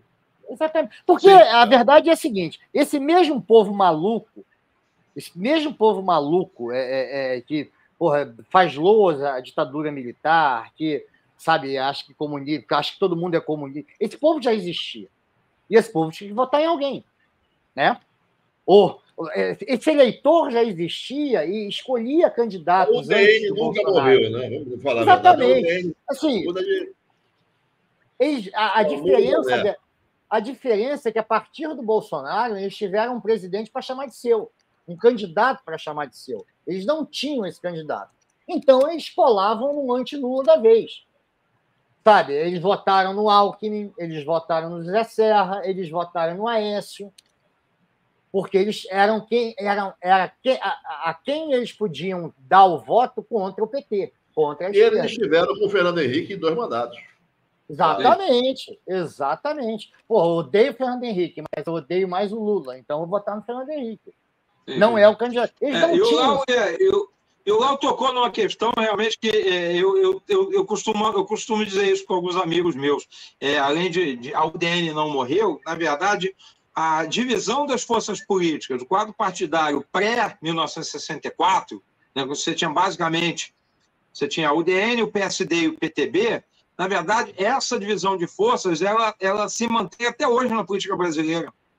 As siglas vêm, entram e saem, mudam, né, de nome. A gente tem até uma estabilização de algumas siglas desde 89, de 86 para cá, de 82 para cá, mas, na verdade, o DN, PSD e PTB, esse pensamento, ou seja, é um pensamento nacional desenvolvimentista, uma direita raivosa e um centro muito ligado a interesses agrários, né, da política do interior, do coronelismo, ou seja, é o que nós temos hoje. É um capitalismo que se serve do Estado brasileiro para crescer, mas sempre reclama da interferência do Estado. Ele só gosta da interferência do Estado quando é para se financiar. Esse é o capitalismo brasileiro. A gente tocou no assunto mídia, é sempre importante fazer esse link, né? Porque a mídia também é assim, a mídia também é liberal, sempre foi liberal, detesta qualquer coisa de social. Né? Mas ela foi contrária, inclusive, ao 13º. Mas sem o capital, sem o dinheiro público, a verba pública, ela não sobrevive. Não sobrevive. Agora, não fale em democratizar essa verba pública, porque se você falar nisso, você está sendo comunista e mais, está sendo contra a liberdade de expressão. Exatamente. Por aí. Democratizar a comunicação no Brasil Não faz uma coisa. Regulamentar, exatamente, é perseguir, é criar censura. A gente conhece a narrativa que eles usam, cara. É a mesma narrativa ontem do Flávio Bolsonaro reclamando lá na sabatina com o Dino, reclamando da regulamentação das redes sociais aqui no Brasil. Da repressão às armas também. Da repressão, né? A arma não atira ninguém, a arma não atira sozinha. A rede não tem culpa do cara por estimular, sabe, ódio na rede. Você tem que ir atrás do cara que estimula. Porra, existe uma responsabilidade da rede. Mas sempre aí atrás de quem estimula, vamos começar pela família Bolsonaro, né? Pois é. Exatamente. Vou dar um beijo aqui para a Lília Motinha. A Lília Motinha, amiga, muito amiga também, de um grande amigo que nós perdemos há alguns meses, que é o PC Guimarães, só para fazer esse registro, mandar um beijo para ela. Putz, grande PC Guimarães. Foi meu professor na faixa. Ah, é? Foi, meu grande professor. Amigo, grande amigo. Grande figura. PC é figura. PC... O Celso se livrou de ver PC andando pelado, né? Porque ele disse que o Botafogo fosse campeão e andaria pelado. Como ele partiu antes do título, né? Ele andaria pelado no céu, né? Mas isso também não aconteceu. Acho que a promessa foi muito forte, então não quiseram que ele ficasse pelado. Exatamente. Foi por isso mas diz que no céu tem um outro campeonato, e no céu, o campeonato do céu, o nosso ponta-direita é o Garrincha. Sim, com certeza. É isso. Nossa ponta direita é o Garrincha, o lateral esquerdo é o Nilton Santos. Dá para brincar. Então vamos falar de futebol, né? Vamos falar de futebol. Antes da gente entrar na seara que interessa, porque eu já vi que o Afonso está salivando para falar do Flusão, vamos tocar nessa história do impeachment do Biden. É coisa rápida. É coisa rápida. Os conservadores conseguiram maioria na Câmara dos Deputados dos Estados Unidos, acusam o Biden de ter usado a influência quando era vice-presidente do Barack Obama para permitir que o filho fizesse negócios questionáveis com a China e a Ucrânia. Por isso mesmo, eles conseguiram implementar hoje uma investigação que pode acabar com o impeachment do Biden. Na verdade, o processo lá é esse. Eles entram com a investigação de impeachment. Caso a investigação traga alguma prova, ela vai para o Senado e o Senado depois vota. E aí não é 2/3, como é aqui no Brasil, é a maioria. Maioria simples. Tanto que a aprovação foi por 9 votos, né? Foi por 9 votos. Então, o Trump, por exemplo, ele sofreu esse processo, ele foi investigado 2 vezes, não deu em nada. Muito provavelmente não vai dar em nada, mas é um desgaste danado para o Biden. Sim, com que certeza. Que vai ter que encarar uma eleição agora no ano que vem, muito provavelmente com o Trump.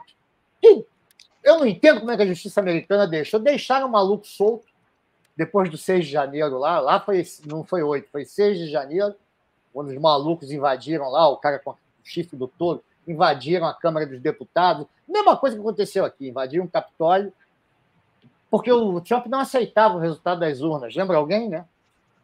Então, né? É mais um processo para desgastarem o Biden, né? Porque a gente sempre tem a ideia aqui no Brasil... Mas lá no Capitólio não tinha ninguém rezando para pneu, não, né? Não, lá não. Mas e ninguém agarrou o ônibus.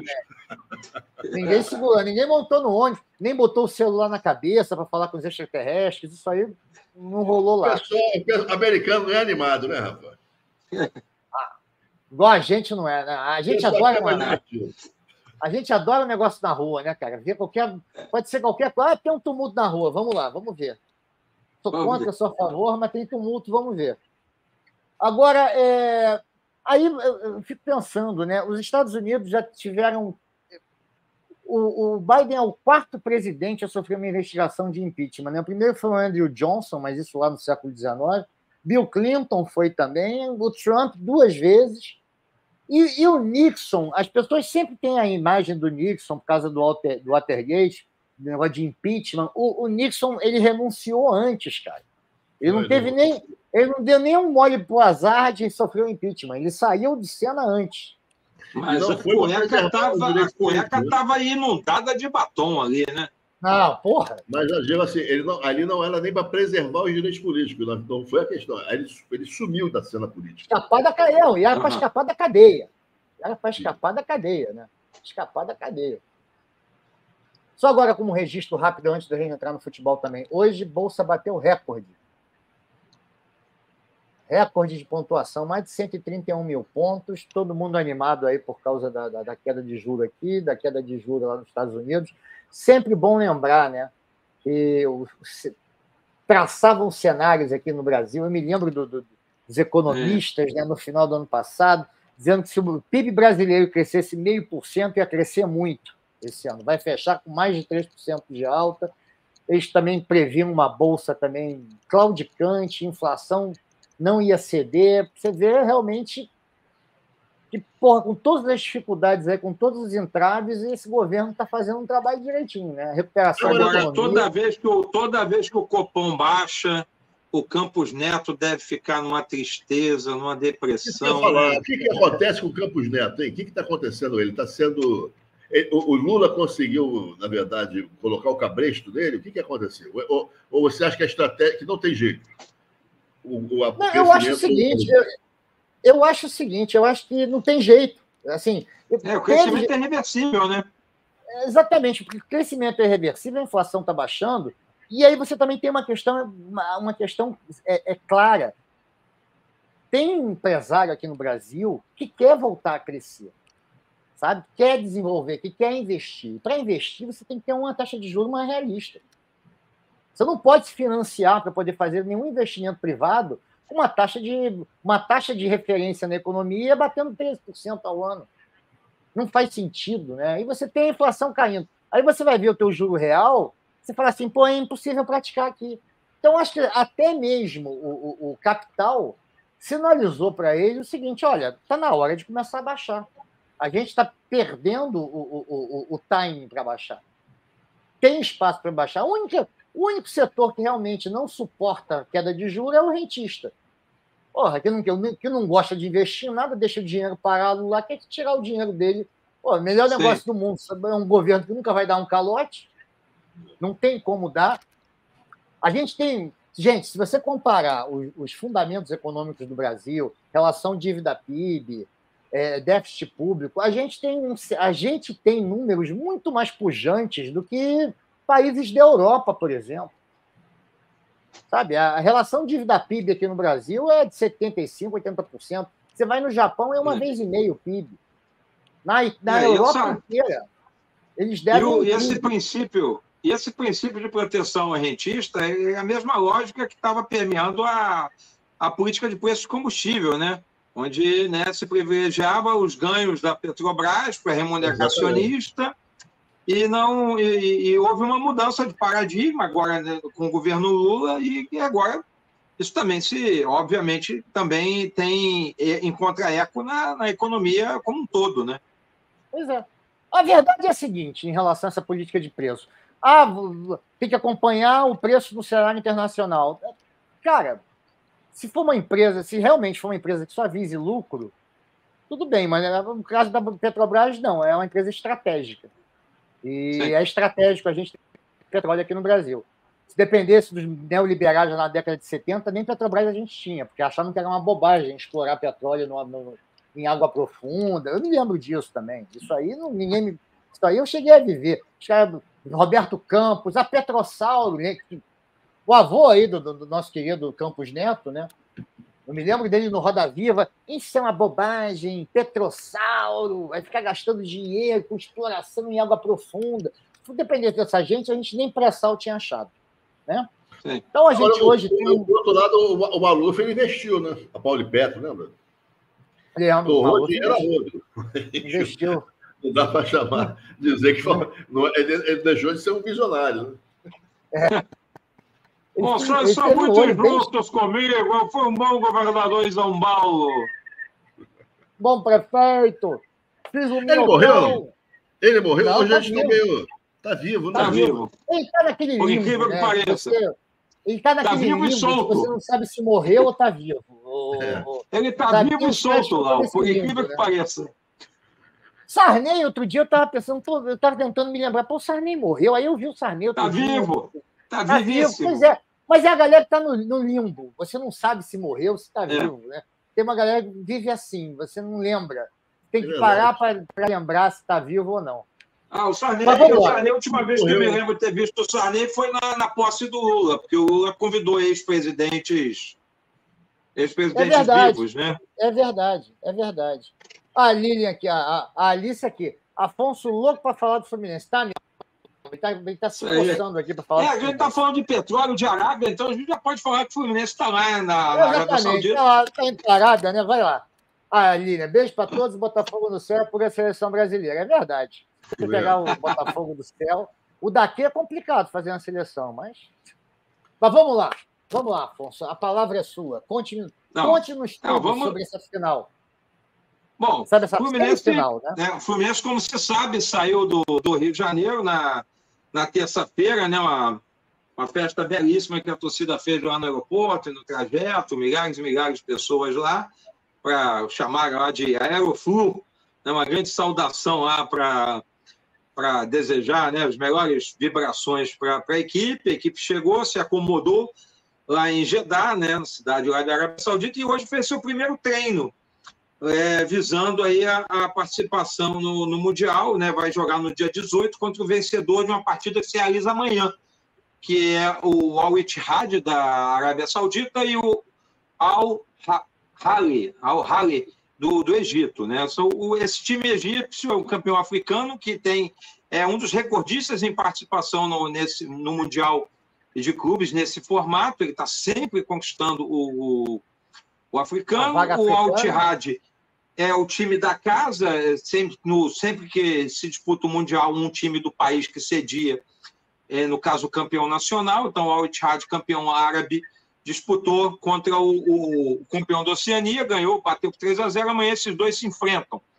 São duas equipes aí, o Diniz estará no jogo, acompanhando.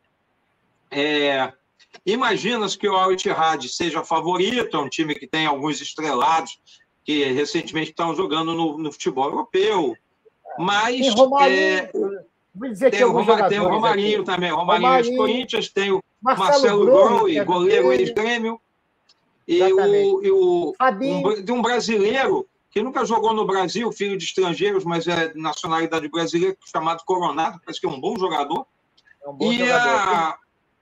Mais o Kanté, mais o Benzema, que são jogadores mais... O Fabinho ex-tricolor, né? Cria de Xerém, moleque de Xerém. Jogou muitos anos no Liverpool, jogou no Liverpool e agora está lá no mundo árabe, jogando lá, fazendo dupla no meio-campo com o Kanté. Pois o Fluminense vai pegar o vencedor dessa partida. O Fluminense chegou lá sem desfalques, está todo mundo participando do treino. Samuel Xavier, que estava machucado, não vai jogar mais. E a pergunta que as pessoas fazem é: quais são as chances do Fluminense nesse Mundial? E a gente tem que ser bem realista, né? Existe um histórico recente, né, que os representantes, não estou nem falando só dos clubes brasileiros, mas os representantes da América do Sul nos mundiais têm oscilado quando enfrentam esses times da África ou do mundo árabe. Né? O Atlético Mineiro já tropeçou, o Palmeiras tropeçou 2 vezes, o Flamengo tropeçou. O Inter tropeçou, o Grêmio tropeçou. O Grêmio chegou o Grêmio chegou na final contra o Real Madrid. O Grêmio chegou, né? Mas o Inter tropeçou. E o River Plate tropeçou. O River Plate tropeçou. O Inter caiu para o Mazembe. O Atlético Mineiro caiu para o Raja Casablanca. O Palmeiras terminou em quarto, né? Sim. Aquele Mundial de 2020, né? Relativa a 2020. Foi disputado em 2021, mas é relativa a 2020, quando ele ganhou. Sim, o Palmeiras foi duas vezes seguidas, ele ficou no meio do caminho. E não tem sido fácil, ainda mais agora que esses clubes árabes estão fazendo um investimento muito grande, muito forte. Então, essas partidas acabam se tornando mais difíceis. Tem aquela velha máxima que no futebol não tem bobo, mas, obviamente, que o Fluminense tem seus méritos, ter sido campeão da América com uma campanha memorável, né, jogando de forma ousada, a gente espera, imagina que o Fluminense consiga passar, não digo que vai passar com facilidade, mas acredito que vai passar. E aí o que se pode esperar numa eventual, obviamente, né, mais do que prevista final contra o Manchester City, aí realmente não dá para prever nada. Espera-se que o Fluminense possa jogar uma partida, pelo menos, que seja de igual, não falando de igual para igual, mas uma partida competitiva, que possa mostrar alguma coisa. Existe uma janela de oportunidade, que é o recente desempenho do Manchester City, que não está sendo dos melhores, né? Tanto na Liga Inglesa quanto na Champions. Pois é, eu acho. E o Real, né? Porque aquele jogo foi lamentável. Pois é, eu acho o seguinte. Olha, gente, tá bom. Eu não acho te ofendo, não me ataca, e tá tudo certo. Eu acho o seguinte, em relação a essa coisa do time brasileiro, essa obsessão também com esse Mundial para os europeus. O europeu, não ganhar, tá tudo bem, vida que segue, ninguém morre por causa disso, mas hoje em dia a disparidade financeira e econômica é tão grande que assim, é zebra da zebra o time sul-americano. Agora, há diferenças, né? Há diferenças. Vamos considerar, por exemplo, que o Al Ittihad seja o vencedor amanhã que vai enfrentar o Fluminense. O Al Ittihad já estava na Arábia Saudita, enfrentou o time da Oceania, o Auckland City. Isso aconteceu na terça-feira. Vão jogar amanhã contra o time egípcio. E, caso vençam, jogarão segunda-feira contra o Fluminense. Ou seja, disputarão 3 partidas em uma semana. Algo que não é muito comum para essas equipes. Então, pode haver um desgaste físico ali. O Fluminense, por sua vez, chegou na terça-feira, está fazendo seu primeiro treino hoje e vai ficar treinando até jogar na segunda-feira. Terá 4 treinos na Arábia Saudita e esperando seu adversário. E o Manchester City, por sua vez, chega domingo na Arábia Saudita para jogar na terça-feira. Não, olha aqui. E o calendário... Porque no sábado eles têm jogo pela Premier League. E é um jogo difícil. É bom lembrar o seguinte, o calendário dos times ingleses, né, nesse final de ano, em dezembro, é uma maluquice. Você tem a história lá do Boxing Day. Cara, para ter uma ideia, só nesse mês de dezembro, o City já pegou o Tottenham. Olha os jogos. Empatou com o Tottenham em 3-3, ganhou do Aston Villa, perdeu do Aston Villa de 1-0. Isso aí, dia 3, dia 6, dia 10 pegou o Luton Town, teve que virar um jogo dificílimo. Teve que virar o jogo. Estão em quarto lugar no campeonato. Exatamente. Ontem pegou Estrela Vermelha, e aí é legal a beça, só fazendo um parêntese, né, que o gol foi essa história é maravilhosa. A vitória foi do Gandula, né, cara? Do Gandula não, quer dizer, um menino do City era Gandula do City. Tem uma imagem maravilhosa que eu separei aqui, do Guardiola orientando o menino ainda. Isso é sensacional. Espera aí. Vou compartilhar a tela aqui. Eu sou lento aqui com essas coisas operacionais. Espera aí. Achei. Olha que coisa linda. Então, gente, esse menino aí está carregando, né? Esse menino aí se chama Micah Hamilton. Era na ocasião, essa imagem é de 2017. Ele era jogador da base do Manchester City e o Manchester City tem a política de colocar os meninos da base atuando como gandulas em suas partidas. Da vivência ali, junto com aos grandes ídolos, né? Você assiste grandes partidas de perto, vive aquele momento, né? E o Guardiola, nesse momento aí dessa imagem, ele está dando orientação ao pequeno Micah, que aí, no caso, ele tem uns 13, 14 anos, para repor a bola rapidamente. O Guardiola ele é atento a todos os detalhes de uma partida de futebol, até na questão de como os gandulas devem se comportar. Então, ele dá essa orientação para o garoto fica, pô, feliz da vida, foi ali abraçado pelo Guardiola, o Guardiola ainda dá um tapinha no rosto dele. Pois bem, ontem na partida da Champions League, contra o Estrela Vermelha de Zagreb, né, um time tradicional, já foi campeão da Europa, né, onde jogava o Petkovic, né, revelou para o mundo o Petkovic, um grande Estrela Vermelha, e o Mika Hamilton, agora, né, egresso da base, ainda com 17, 18 anos, fez sua estreia numa partida pela equipe principal do City na Champions, e marcou um gol, e sofreu um pênalti, né, na vitória de 3-2 do City sobre o Zagreb. Então, a história é maravilhosa. E aí é engraçado você ver o seguinte, né? Você vê o Guardiola orientando Gandula. Você vê o nível sabe, de competitividade desse maluco genial, cara. O cara orienta Gandula. Olha, devolve a bola assim, vai. Sabe, é inacreditável. O Guardiola não lembrava. Jogada ensaiada. Jogada ensaiada com Gandula. Jogada ensaiada com Gandula. O Guardiola nem lembrava que esse garoto tinha sido Gandula. Mostraram a foto dele ontem na coletiva. E ele, porra, legal, né? E é realmente uma política. O Phil Foden, que hoje é um dos craques, né? Um dos jogadores mais importantes desse elenco do City, que é um elenco, eu vou te dizer, vai ser complicado para o Fluminense, cara. Bernardo Silva, De Bruyne, Haaland. O De Bruyne é dúvida, né? O De Bruyne e o Haaland são dúvida. É dúvida. Que hora vai ser o jogo, Afonso? Às 3h de segunda-feira. 3h, segunda-feira. Terça é o jogo do City. Então, a verdade é a seguinte, gente. A verdade é a seguinte. O City já jogou. A gente não chegou nem no meio do mês. O City já fez 1, 2, 3, 4. Até o jogo, no dia 19, vai ser o 6º jogo do City em um mês. Em um mês, cara. Do dia 3 de dezembro até o dia 19 de dezembro vai ser o 6º jogo do City. Então, o pessoal pensa que só o nosso calendário é maluco, né?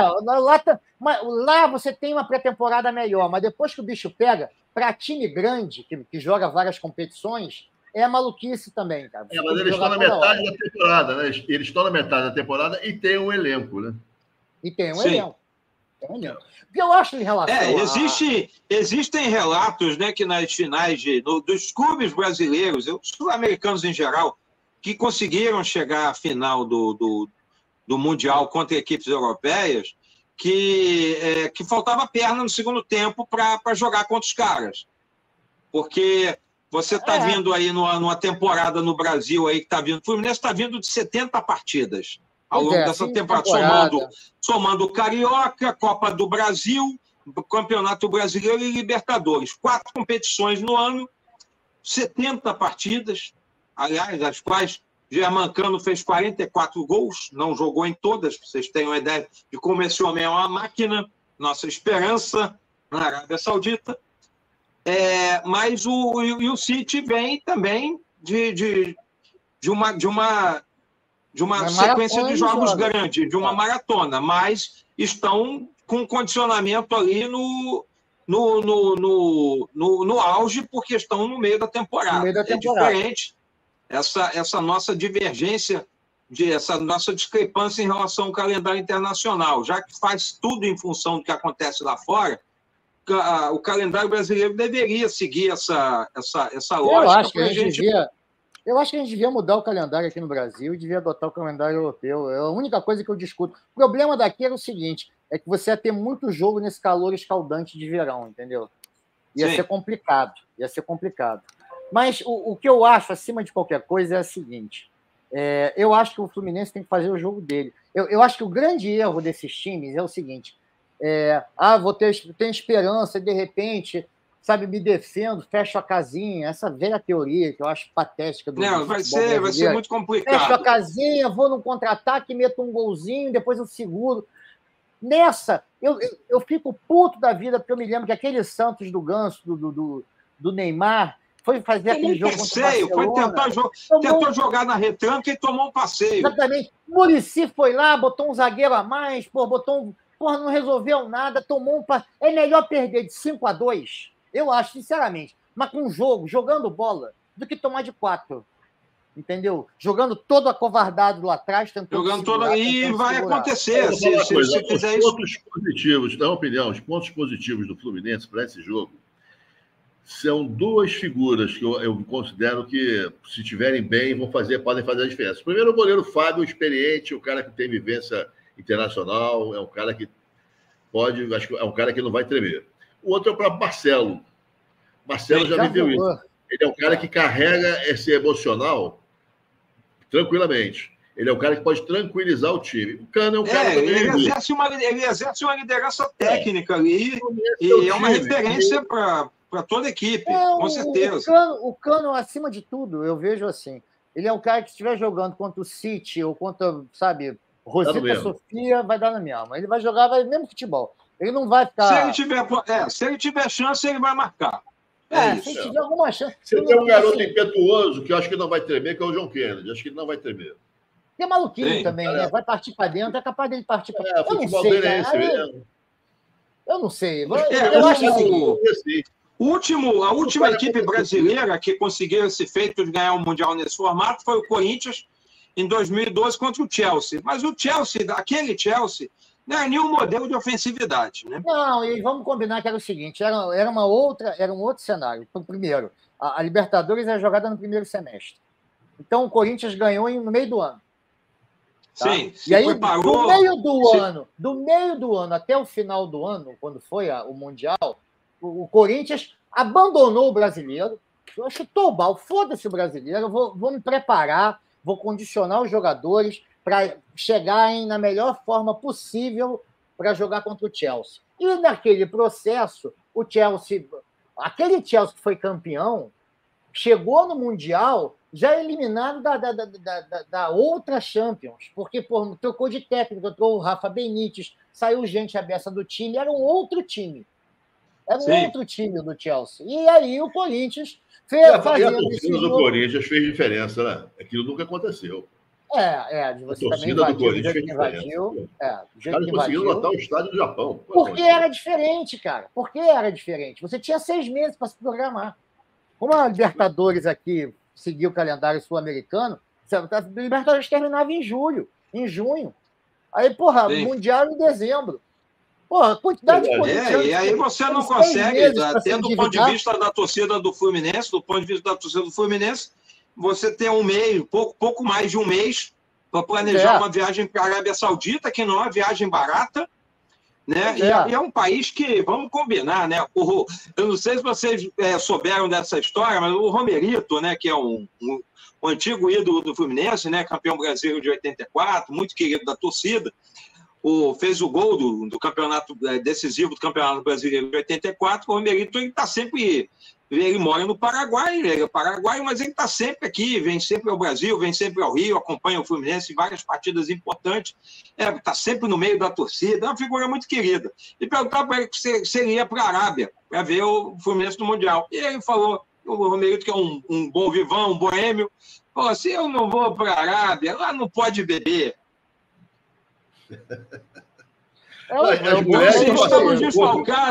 Estamos desfalcados de um grande pé quente, um campeão, um ídolo.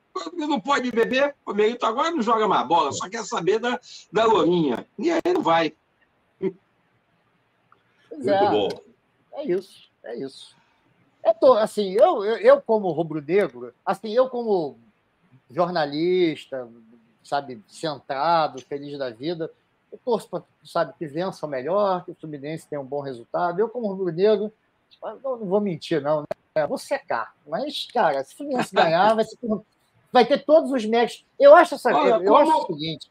Olha, como os rubro-negros passaram o ano inteiro secando, se secar agora, continue secando, está dando certo. Mas o que eu acho é o seguinte, mas, sinceramente, em relação a... eu tô com essa foto aqui até agora. Eu vou tirar essa foto aqui e botar a gente que é mais bonito. Gandolinha. Eu acho, sinceramente, eu acho que a gente devia desencanar com essa história de Mundial.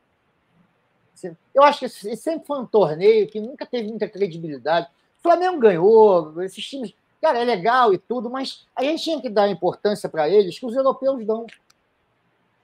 sabe? A gente parar os com esse... próximos mundiais talvez tenham... Olha, sim, quando você... Exatamente. Olha, vamos mundial, que é importante. Eu acho que tem uma coisa muito importante aí, André, que está acima do mérito esportivo, tá? A gente está falando da representatividade, né? O clube está, né, ao vencer a Libertadores, se credenciar para a disputa do Mundial, ele está sendo chancelado internacionalmente e está sendo notícia no mundo inteiro. Isso é muito importante, né? Quando você faz uma contratação de peso, isso acontece também. Eu me lembro muito bem quando o Fluminense contratou o Ronaldinho Gaúcho, que foi basicamente uma jogada de marketing. Exatamente. O Fluminense foi notícia em lugares que você não pode sequer imaginar. Tudo porque o Ronaldinho postou nas redes sociais dele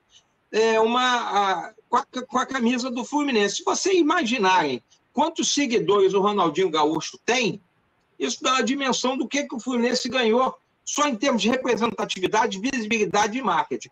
Participar do Mundial... Olha, no presídio do Paraguai foi um sucesso, hein? Também.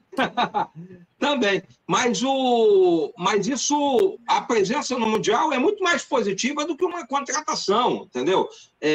Existe uma entidade internacional aí, futebolística, que vai fazer uma premiação agora no final do ano, e o Cano está indicado, está concorrendo como o melhor jogador do ano, é um dos indicados. Claro que tem outros indicados e o Cano não vai ganhar.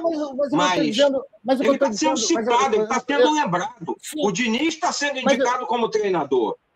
Mas, Afonso, eu não estou falando do ponto de vista do Márcio, estou falando do ponto de vista esportivo. A gente dá muita importância para o Mundial, para esse Mundial, entendeu? E a gente... Sabe o que acontece? Eu vejo muito... Eu vi isso acontecer com o Flamengo, por exemplo. O Flamengo ganhou a Libertadores ano passado, e porque fracassou no Mundial, as pessoas esquecem que ganhou uma porra de um título importante pra caramba, que só ganhou 3 vezes na história, e por causa do fracasso no Mundial. Gente, são 2 jogos, entendeu? Ou o final de temporada, ou o início de temporada. Sim. Sabe, a gente tem que dar a importância que esses europeus dão, cara. Tu acha que o Guardiola vai arrancar? O que você acha que vai ser pior para o City?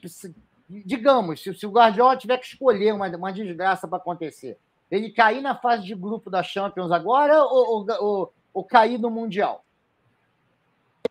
Seria o Mundial para o Fluminense. Acho que cair na fase de grupos não dá, mas a própria colocação, até o próprio 4º lugar que eles se encontram atualmente na Premier League, é uma situação que é muito desconfortável para ele. Exatamente. Eu falo, os europeus não dão. Cara, assim, agora, provavelmente, essa semana, o Guardiola vai se debruçar sobre o esquema tático do Diniz. Alguém do scout dele deve ter preparado umas fitinhas. Ó, o Fluminense joga assim, tem esse cara aqui que é goleador. O Marcelo, lembra do Marcelo do Real Madrid? Está jogando aqui do lado esquerdo. Essa semana, agora, muito provavelmente, o Guardiola vai começar a estudar o Fluminense. Até então, cara, eu me lembro que no ano aí que o Flamengo foi... Teve um ano aí que o Guardiola achava que era o River o campeão da Libertadores, e tinha sido o Flamengo. Os caras não estão nem aí, gente. Não estão nem aí. Sim. Sabe? Eles, se pudessem, não ir. Ainda mais agora, esses times ingleses, aí no meio desse mês maluco, que é o mês de dezembro, lá tem jogo de Champions, tem jogo da FA Cup, tem jogo da Copa da Inglaterra. Eu lembro que quando o Flamengo foi eliminado no último Mundial, uma repórter do Sport TV perguntou para o correspondente do Sport TV na França: fulano, como é que repercutiu a eliminação do Flamengo? Eu estava achando que... Como é que repercutiu a eliminação do Flamengo aí na Europa? Não sei nada. Aí ele falou assim: olha, eu vou falar para você com toda franqueza, ninguém ficou em casa para assistir ao jogo do Flamengo. Pois é, ninguém ficou. Ninguém fica, nem o torcedor. Cara, por exemplo, o City vai jogar, chega na final o City com o Fluminense. Os caras vão lá pro pub, tomar uma cerveja, entendeu? Tomar uma pint. Eu sei como é que funciona isso, porque eu já estive por lá e vejo. Os caras vão todo jogo. Agora, a verdade é que a gente, aqui se dá importância, que todo mundo fala mal, até pro Campeonato Carioca, né? Pois é. Mas o Campeonato Carioca, mas vamos combinar, tem que ser interrompido, para o cara beber água 2 vezes na partida, cara. O jogo de 45 minutos, o cara tem que parar com 22 para o cara beber água, para não morrer. Porra, cara. Isso não é esporte, pô. Aí vai jogar não sei aonde, que o estádio não tem grama. Porra, cara. Isso é levado a sério. Exatamente. A gente não leva, né? A gente perde, a gente rasga dinheiro com futebol ainda, né? Mas, gente, para outro dia. O treinador fala, né, cara? Carioca, ele não é importante, mas demite, né? Exatamente. Sim. É aquela coisa. Ganhei e não fez nada, não fez mais que obrigação. Perdi. Você ganhou um grande mundo acaba. Exatamente. Se ganhar, é grande coisa. Ganhou, porra. E não ganhou mais nada no ano. Só ganhou o Carioca. Tem coisas engraçadas, né? Por exemplo, desse último Carioca, né? O Botafogo, por exemplo, ficou. O campeonato é feito para que os 4 grandes do Rio cheguem às semifinais. Cheguem na final. E aí quando o campeonato de fato começa, né?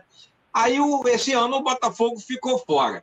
Aí, ensaiou-se ali uma indignação, mas aí, logo em seguida, o Botafogo emendou uma campanha maravilhosa no Brasileiro. Aí foi dito, não, o Botafogo, ele abriu mão do Carioca para fazer essa preparação para chegar no Brasileiro e arrebentar. Agora que o Brasileiro acabou e o Botafogo não conseguiu ser campeão, eu vejo as pessoas, inclusive botafoguenses, falarem, mas também não chegou nem na semifinal do Carioca. Pois é. Agora, se você parar para pensar o que aconteceu no Carioca, aliás, o Luiz Castro falou isso. O Botafogo no Carioca não tinha campo. Jogava na Portuguesa ou jogava em Volta Redonda, não tinha campo. 2 gramados péssimos. O Botafogo, naquele jogo do Vasco, se ganha, ele já estava classificado. Não sei se era Carioca, Taça Guanabara, acho que era Taça Guanabara, né? Já estava classificado. Aí o tal do Adrielson, que está aí, vai para o Lyon. Ele, aos 5 minutos, ele faz uma falta no contra-ataque do Vasco. Aos 10 minutos, ele agarra o cara, é expulso.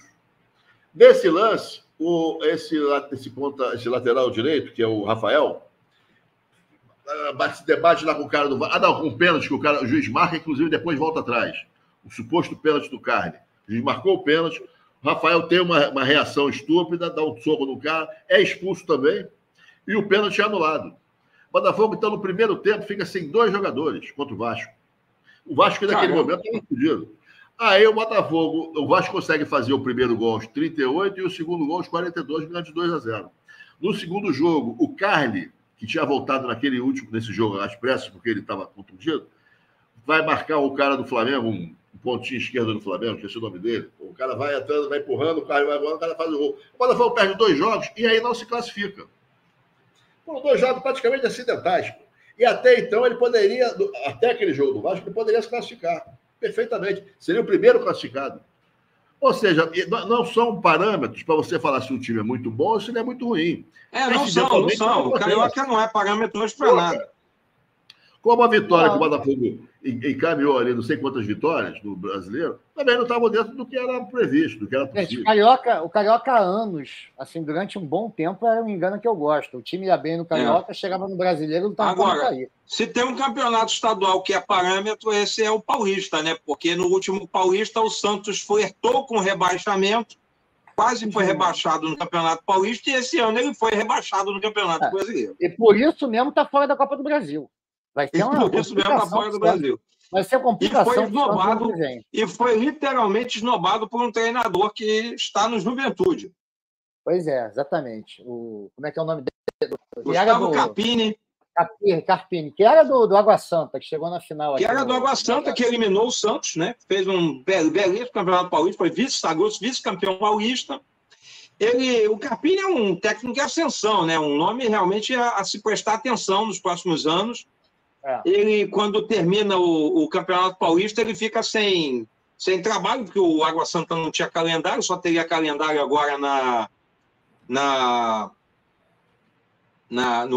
volta do estadual, mas também vai ter ele também vai disputar a Copa do Brasil. E o Carpini disse que iria para o exterior para estudar. Mas ele, no meio do caminho, foi contratado pelo Juventude a jogar a Série B, que para ele, que era o técnico do Água Santa, que vai começar ano que vem na Série D, né? Para ele já foi um salto de qualidade. Pegou o Juventude na zona de rebaixamento e entregou o Juventude no G4 classificado para a Série A. O Santos ficou de olho. Pô, esse cara pode devolver a gente para a Série A, mas o Carpini acho que está preferindo ficar no Juventude. Pô, ele vai jogar entre jogar a Série A e jogar outra Série B com a obrigação de subir com um time que vai ter problemas sérios para subir, porque não tem grana. Sim, exatamente. Entendeu? Há um risco dele ir para o Cruzeiro, mas o Cruzeiro se manteve na Série A, né? Mas pode ser. O Cruzeiro aí é um nome mais pesado, mas tem que ver também o que vai ter de investimento, cara, porque hoje em dia, às vezes o cara fica lá no Juventude, faz assim, a perspectiva, de repente, também de... Qual é a perspectiva do Juventude para o ano que vem? É ficar... Se manter na primeira divisão, né? Não cair.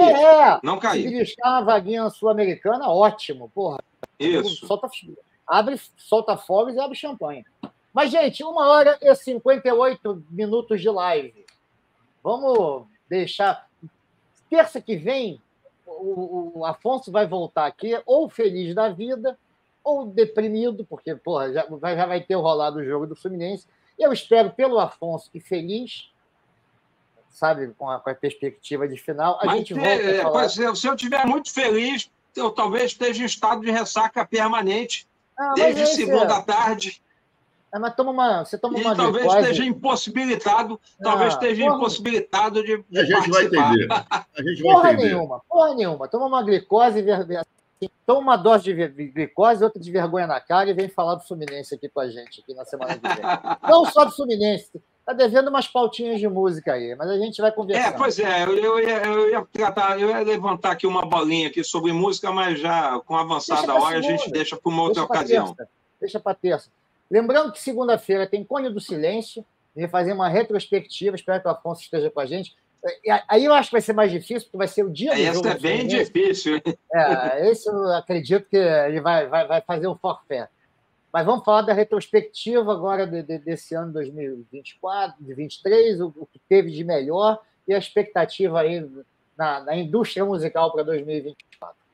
Então, gente, boa noite. Vou deixar aqui, já que está falando em retrospectiva, eu vou deixar uma dica internacional aqui para ouvintes aí, que é o I.O., ou chamado In Off, o álbum do Peter Gabriel, finalmente lançado agora em dezembro, depois de lançamento de alguns singles. O álbum é simplesmente maravilhoso, marca o retorno do Peter Gabriel a álbuns inéditos e autorais em quase 20 anos, e o disco está exuberante, tá? Não deixem de ouvir. Um dos meus candidatos a melhor disco do ano, mesmo sendo lançado no apagar das luzes de 2023. A 23 é 23, vai fazer o quê? Foi lançado esse ano. Viva Peter Gabriel! Eu também sou muito fã do Peter Gabriel. Eu vi um show inesquecível dele. Para mim é o... Cara, depois que saiu do Gênesis, ele ficou muito melhor. Foi aquele do Imperator? Você viu aquele do Imperator? Foi, eu vi aquele do Imperator. Eu tenho um amigo que tem uma história maravilhosa sobre esse show. Mas conta outro dia. São 2 horas e 1 de live. Vamos embora, gente. Senão a gente estoura aqui o tempo aqui, gente. Beijo para vocês. Beijo para todos. Obrigado, gente. Muito obrigado. Alice, te amo. Valeu, Alice. Até mais.